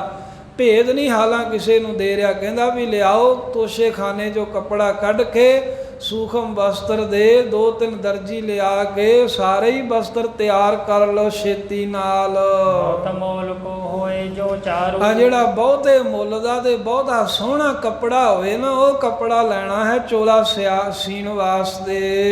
ਸਗਰੀ ਨਿਸਾ ਮਝਾਰੀ, ਹਾਂ ਸਾਰੀ ਰਾਤ ਦੇ ਵਿੱਚ ਲੱਗ ਕਰਕੇ ਪੋਸ਼ਾਕ ਤਿਆਰ ਕਰੋ।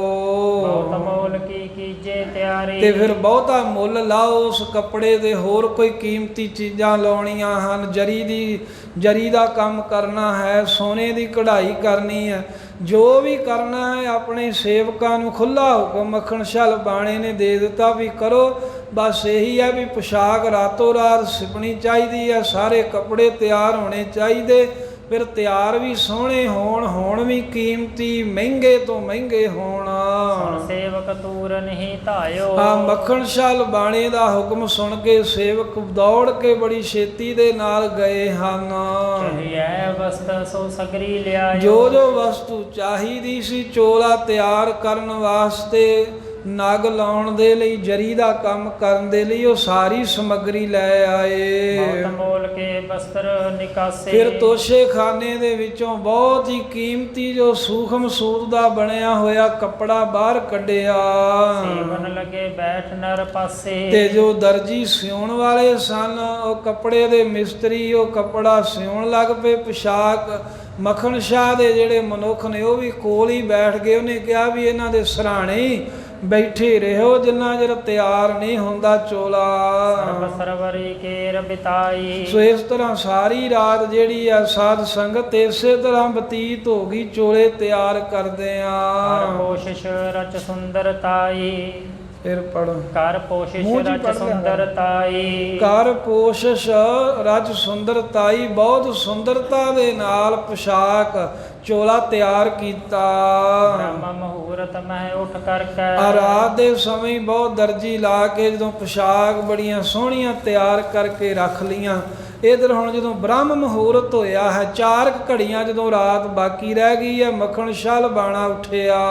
ਮੱਖਣ ਸ਼ਾਹ ਹਰਖ ਔਰ ਭਰਕੈ। ਤੇ ਮੱਖਣ ਸ਼ਾਹ ਬਹੁਤ ਖੁਸ਼ ਹੋ ਕੇ, ਬਹੁਤ ਚਾਅ ਦੇ ਨਾਲ ਭਰਿਆ ਹੋਇਆ ਸੁੱਤਾ ਹੋਇਆ ਉੱਠਿਆ ਏ। ਬਚਨਾਦ ਕਿਰਿਆ ਕਰ ਸਾਰੀ। ਆ ਸਰੀਰ ਦੀ ਸਭ ਕਿਰਿਆ ਕਰਕੇ ਇਸ਼ਨਾਨ ਕੀਤਾ ਗੁਰਬਾਣੀ ਕਰ ਪ੍ਰੇਮ ਉਚਾਰੀ। ਤੇ ਬਹੁਤ ਪ੍ਰੇਮ ਦੇ ਨਾਲ ਗੁਰੂ ਸਾਹਿਬ ਦੀ ਬਾਣੀ ਦਾ ਉਚਾਰਨ ਕਰ ਰਿਹਾ ਹੈ, ਗੁਰਬਾਣੀ ਪੜ੍ਹ ਰਿਹਾ ਹੈ ਸਿੱਖ। ਜਿਤੋ ਨੇਮ ਸੋ ਪਠ ਕਰ ਅੱਛੇ। ਆ ਜਿੰਨਾ ਵੀ ਇਹਦਾ ਨਿਤ ਦਾ ਨੇਮ ਸੀ, ਬਹੁਤ ਪਿਆਰ ਦੇ ਨਾਲ ਇਸਨੇ ਗੁਰਬਾਣੀ ਦਾ ਨਿਤਨੇਮ ਪੂਰਾ ਕੀਤਾ।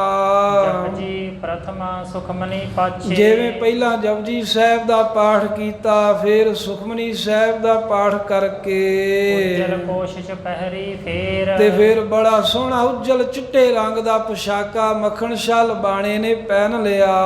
ਹੁਣੇ ਤਿਹਾਵਲ ਕੀਨ ਕਨੇਰ। ਤੇ ਗੁਰੂ ਸਾਹਿਬ ਨੂੰ ਭੇਟਾ ਕਰਨ ਵਾਸਤੇ ਤਿਹਾਵਲ 3 ਮੇਲ ਦਾ ਪ੍ਰਸ਼ਾਦ ਭਾਵ ਕੜਾਹ ਪ੍ਰਸ਼ਾਦ ਦੀ ਦੇਗ ਤਿਆਰ ਕਰਵਾਈ। ਸੁਚ ਸੰਜਮ ਪਠਤਿਓ ਗੁਰ ਗਿਰਾ। ਹਾਂ, ਬਹੁਤ ਸੁਚਮਤਾ ਦੇ ਨਾਲ, ਸੰਜਮ ਦੇ ਨਾਲ ਪਠਿਓ ਗੁਰ ਗਿਰਾ, ਪਠਤਿਓ ਗੁਰ ਗਿਰਾ, ਗੁਰਾਂ ਦੀ ਬਾਣੀ ਪੜ੍ਹਦੇ ਆ। ਕੜਾਹ ਪ੍ਰਸ਼ਾਦ ਦੀ ਦੇਗ ਤਿਆਰ ਕਰਵਾਈ ਆ ਵੀ ਜਿੰਨੇ ਵੀ ਦੇਗ ਤਿਆਰ ਕਰਨੀ ਉਹ ਗੱਲਾਂ ਨਾ ਕਰੇ, ਗੁਰਬਾਣੀ ਦਾ ਪਾਠ ਕਰੀ ਜਾਵੇ। ਅੰਮ੍ਰਿਤ ਤਿਆਰ ਬਹੁ ਕਰਾ। ਇਸ ਤਰ੍ਹਾਂ ਬਹੁਤ ਹੀ ਕੜਾਹ ਪ੍ਰਸ਼ਾਦ ਦੀ ਦੇਗ ਪੰਚਾ ਅੰਮ੍ਰਿਤ ਤਿਆਰ ਬਹੁ ਕਰਾ। ਕੜਾਹ ਪ੍ਰਸ਼ਾਦ ਦੀ ਦੇਗ ਪੰਚਾ ਅੰਮ੍ਰਿਤ ਤਿਆਰ ਕਰਵਾ ਲਿਆ। ਮੇਵੇ ਅਨੇਕ ਪ੍ਰਕਾਰ ਪਵਾਏ। ਤੇ ਅਨੇਕਾਂ ਤਰ੍ਹਾਂ ਦੇ ਵਿੱਚ ਮੇਵੇ ਵੀ ਪਵਾਏ ਹਨ ਪ੍ਰਸ਼ਾਦ ਦੇ। ਜਿਹੜਾ ਸੰਤੇਲੀ ਉਠਵਾਏ। ਆਪਣੇ ਸੇਵਕਾਂ ਨੂੰ ਕਹਿ ਕੇ ਕੜਾਹ ਪ੍ਰਸ਼ਾਦ ਦੀ ਜੋ ਦੇਗ ਜੋ ਪਰਾਤਾਂ ਭਰੀਆਂ ਸਨ ਉਹ ਸਿਰ ਤੇ ਰਖਾ ਕੇ ਚੁਕਾ ਲਈਆਂ। ਹੋਰ 500 ਗਿਣ ਕੈ ਲੀਨ। ਜੋ 500 ਮੋਹਰਾਂ ਇਹਨੇ ਸੁਖਣਾ ਦੀਆਂ ਸੀ ਉਹ ਗਿਣ ਕੇ ਵੱਖਰੀਆਂ ਲੈ ਲਈਆਂ ਇੱਕ ਥੈਲੇ ਵਿੱਚ। ਜੋ ਗੁਰ ਕੇ ਹਿਤ ਸੰਚਨ ਕੀਨ। ਜੋ ਗੁਰੂ ਸਾਹਿਬ ਜੀ ਨੂੰ ਸੁਖਣਾ ਦੇਣ ਪੂਰੀ ਕਰਨ ਵਾਸਤੇ ਨੇ ਇਕੱਠੀਆਂ ਕੀਤੀਆਂ ਸਨ ਸੋਨੇ ਦੀਆਂ 500 ਮੋਹਰਾਂ। ਤੇ ਹੋਰ ਵੀ ਸਾਧ ਸੰਗਤ ਤਿਆਰੀ ਕੀਤੀ। ਉਠਵਾਏ ਪੁਸ਼ਾਕ ਨਵੀਨ। ਫਿਰ ਜੋ ਨਵੀਂ ਪੁਸ਼ਾਕ ਬਣਾਈ ਆ ਮਹਾਰਾਜ ਲਈ ਉਹ ਵੀ ਬੜੇ ਸਤਿਕਾਰ ਦੇ ਨਾਲ ਲੈ ਲਈ। ਮੱਖਣ ਸ਼ਾਹ ਮਹਾਨ ਪ੍ਰਬੀਨ। ਜੋ ਮੱਖਣ ਸ਼ਾਹ ਬੜਾ ਹੀ ਮਹਾਨ ਤੇ ਪ੍ਰਬੀਨ ਸਿਆਣਾ ਗੁਰੂ ਕਾ ਸਿੱਖ ਹੈ। ਸੁਰਤਨ ਪੀਰ ਸੰਗ ਲੈ ਚਲਿਓ। ਸੂਰਮਿਆਂ ਦੀ ਭੀੜ ਲੈ ਕੇ ਹੁਣ ਮਹਾਰਾਜ ਵੱਲ ਜਾ ਰਿਹਾ ਏ। ਸਤਿਗੁਰ ਚਰਨ ਪ੍ਰੇਮ ਮਹਿ ਢਲਿਓ। ਜੋ ਸਤਿਗੁਰੂ ਸਾਹਿਬ ਜੀ ਦੇ ਚਰਨ ਕਮਲਾਂ ਦੇ ਪ੍ਰੇਮ ਵਿੱਚ ਢਲ ਗਿਆ। ਬਸ ਮਹਾਰਾਜ ਦੇ ਚਰਨਾਂ ਦੀ ਪ੍ਰੇਮ ਦੀ ਖਿੱਚ ਹੈ ਜਿਸ ਭਾਈ ਮੱਖਣ ਸ਼ਾਹ ਲਬਾਣੇ ਆ ਦਰਸ਼ਨ ਕੀਤੇ ਹਨ। ਦਰਸ਼ਨ ਕਰਕੇ ਪੂਰਾ ਪਤਾ ਲੈ ਲਿਆ ਵੀ ਸੱਚੇ ਪਾਤਸ਼ਾਹ ਇਹੀ ਨੇ। ਫਿਰ ਕਿਸੇ ਨੂੰ ਭੇਦ ਨਹੀਂ ਦਿੱਤਾ। ਹਾਲਾਂ ਸਾਰੀ ਤਿਆਰੀ ਕਰਕੇ ਤੇ ਗੁਰੂ ਤੇਗ ਬਹਾਦਰ ਸਾਹਿਬ ਜੀ ਦੇ ਕੋਲ ਹੁਣ ਦੁਬਾਰਾ ਆ ਰਿਹਾ ਹੈ। ਜਿਵੇਂ ਨਾਵੇਂ ਪਾਤਸ਼ਾਹ ਨੂੰ ਪ੍ਰਗਟ ਕਰਨ ਦੇ ਵਾਸਤੇ ਮੱਖਣ ਸ਼ਾਹ ਲਬਾਣਾ ਉਦਮ ਕਰੇਗਾ। ਗੁਰੂ ਸਾਹਿਬ ਜੀ ਨੂੰ ਸਾਰੀਆਂ ਵਸਤੂਆਂ ਜਾ ਕੇ ਅਰਪਣ ਕਰੇਗਾ। ਇਹ ਕਥਾ ਪ੍ਰਸੰਗ ਆਪਾਂ ਆਉਣ ਵਾਲੇ ਸਮੇਂ ਦੇ ਵਿੱਚ ਸਰਵਣ ਕਰਾਂਗੇ। ਗੁਰੂ ਸਾਹਿਬ ਦੇ ਪਵਿੱਤਰ ਇਤਿਹਾਸ ਨੂੰ ਕਹਿੰਦਿਆਂ ਹੋਈਆਂ ਅਨੇਕਾਂ ਭੁੱਲਾਂ ਗਲਤੀਆਂ ਬਖਸ਼ ਦੇਣੀਆਂ। ਗੁਰੂ ਸਾਹਿਬ ਸੰਗਤ ਬਖਸ਼ਣਹਾਰ ਹੈ। ਪੌਨੇ ਉਠਵਾਏ ਪੁਸ਼ਾਕ ਨਵੀਨ, ਮੱਖਣ ਸ਼ਾਹ ਮਹਾਨ ਪਰਬੀਨ। ਸੁਬਟਨ ਪੀਰ ਸੰਗ ਲੈ ਚਲਿਓ, ਸਤਿਗੁਰ ਚਰਨ ਪ੍ਰੇਮ ਮਹਿ ਢਲਿਓ। ਵਾਹਿਗੁਰੂ ਜੀ ਕਾ ਖਾਲਸਾ, ਵਾਹਿਗੁਰੂ ਜੀ ਕੀ ਫਤਿਹ। ਹੇ ਗੋਬਿੰਦ, ਹੇ ਗੋਪਾਲ, ਹੇ ਦਇਆਲ ਲਾਲ। ਪ੍ਰਾਣਨਾਥ ਅਨਾਥ ਸਖੇ, ਦੀਨ ਦਰਦ ਨਿਵਾਰ। ਹੇ ਸਮਰਾਥ ਅਗਮ ਪੂਰਨ, ਮੋਹਿ ਮਇਆ ਤਾਰ। ਅੰਧਕੂਪ ਮਹਾ ਭਿਆਨ, ਨਾਨਕ ਪਾਰ ਉਤਾਰ। ਆਏ ਪ੍ਰਭ ਸਰਨਾਗਤੀ, ਕਿਰਪਾ ਨਿਧ ਦਇਆਲ। ਏਕ ਅਖਰ ਹਰ ਮਨ ਬਸਤ, ਨਾਨਕ ਹੋਤ ਨਿਹਾਲ। ਕਥਾ ਨਿਤਾ ਪ੍ਰਤ ਹੋਤ ਹੈ, ਸੁਨਹਿ ਸਿੰਘ ਸੁਜਾਨ।